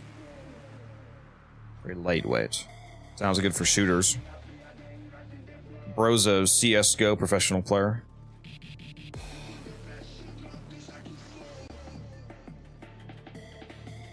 Also, what's up, Oz Monkey? Forgot to say hi to you, so I see yo. How you doing?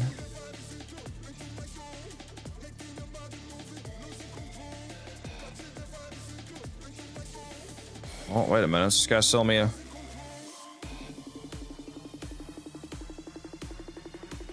Arachne still sells for... Oh, did the Arachne price go down a little bit? Let's check what's next. Oh, still, this is pretty good. This guy's selling me Arachne for... Oh.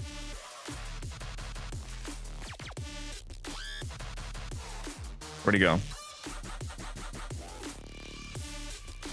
There he is. Sell me Arachne for 160.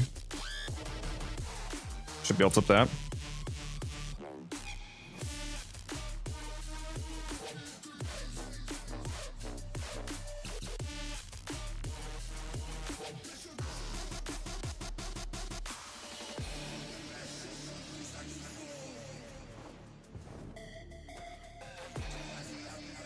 We're gonna hop off in a sec here so I can go take a shower before I go to work and grab some food. Have some time to do that.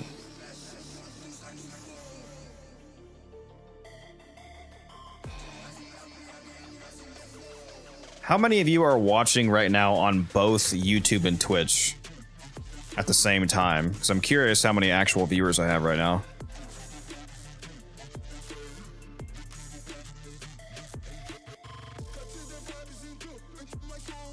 Any of you double watching right now?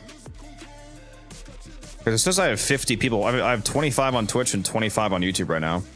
It's funny, that's the same number. So it's 50 people in total if there's no duplicates.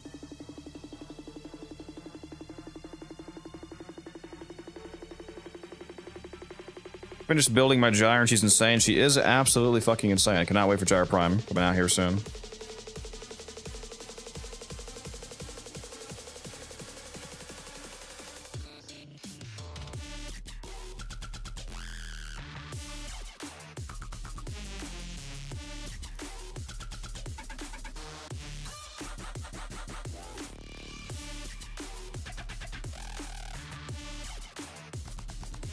My Warframe market off. Speaking of which, before I forget.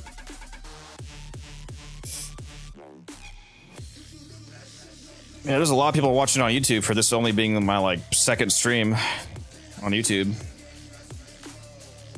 You guys were the holdouts from not wanting to go to Twitch. Yeah, I think I'm going to start multi-streaming from now. I have technically I haven't actually confirmed it, but I think I am going to go back to multi-streaming permanently. So, you guys are the first to hear it here. I'm going to be permanently doing both YouTube and Twitch. Especially when I can get the fucking YouTube working properly and being 4K like it's supposed to be. So right now it's still only 1440p. Twitch ads are insane. Drop that Prime sub if you have one. No ads. And it doesn't even cost anything if you have Amazon Prime.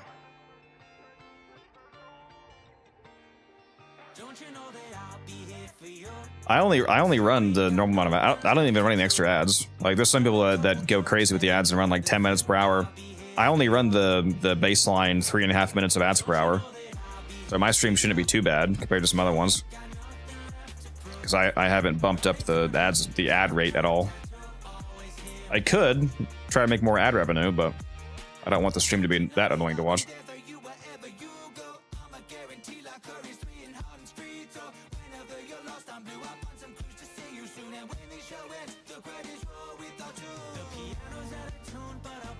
Boom, headshot. Finding a different chroma build for level cap using a Zol. I feel like Zols are criminally underrated. They can do a lot of damage. Please drink some water, you thirsty bitch.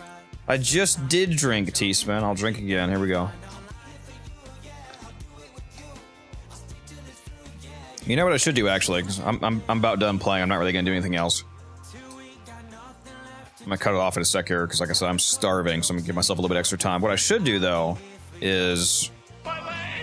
I should shut the streams down right now, and then quickly see if I can rearrange it to where I can get 4K on YouTube, 1080p on Twitch. You guys want to test that real quick here? I am gonna have to shut the stream down though. Like it's gonna stop and then restart. Should we see if I can get it working properly? 4K on YouTube and the normal 1080p on Twitch.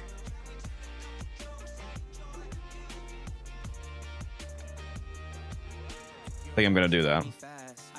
But I don't know which of you guys are gonna be back. And also, it's gonna be a pretty quick test, so it may or may not be responding to chat in the test of that. But just as another reminder for any of you that are currently watching on YouTube chat, hopefully you enjoy the higher bitrate quality. And if you have not already followed me on Twitch, even if you don't use Twitch, I would appreciate a follow over there, because we are trying to hit the big... Oh, hold on, you need to change the video resolution, the current resolution. Hold on, wait a minute. Hold on, this might be important. You need to change the video resolution. The current resolution is 30x40, which is not supported for this configuration. The expected video resolution is 25. How do I do that? Wait a minute. Wait a minute. Wait a minute. Wait a minute. YouTube is telling me.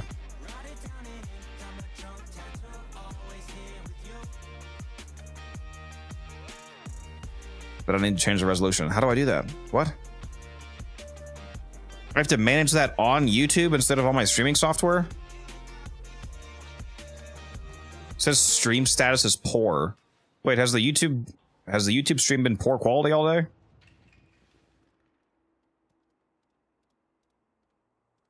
It says poor quality detected. That doesn't sound right.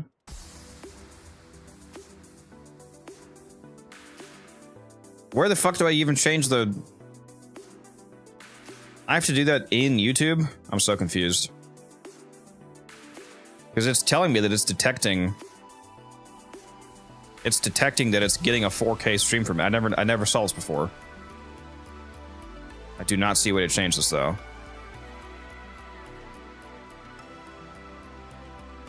Yeah, it's doing 1440. That's what I'm saying. But I'm sending a 4K signal, though. It says...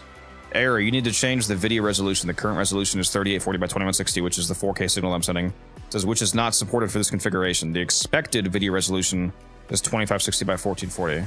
Okay, but how do I... Then how do I change it?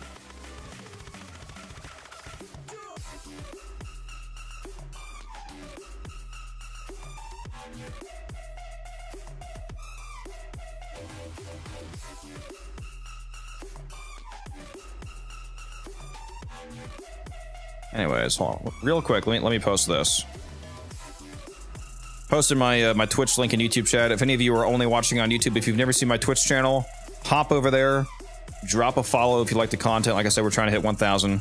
Gonna do a 1,000 plat giveaway when we get there. All right, I'm gonna shut the stream down in a sec here. Thank you all for watching. Thanks for hanging out. Thanks for all of the Prime subs and whatnot you guys have dropped, and the support and the follows and everything. Appreciate you all as usual.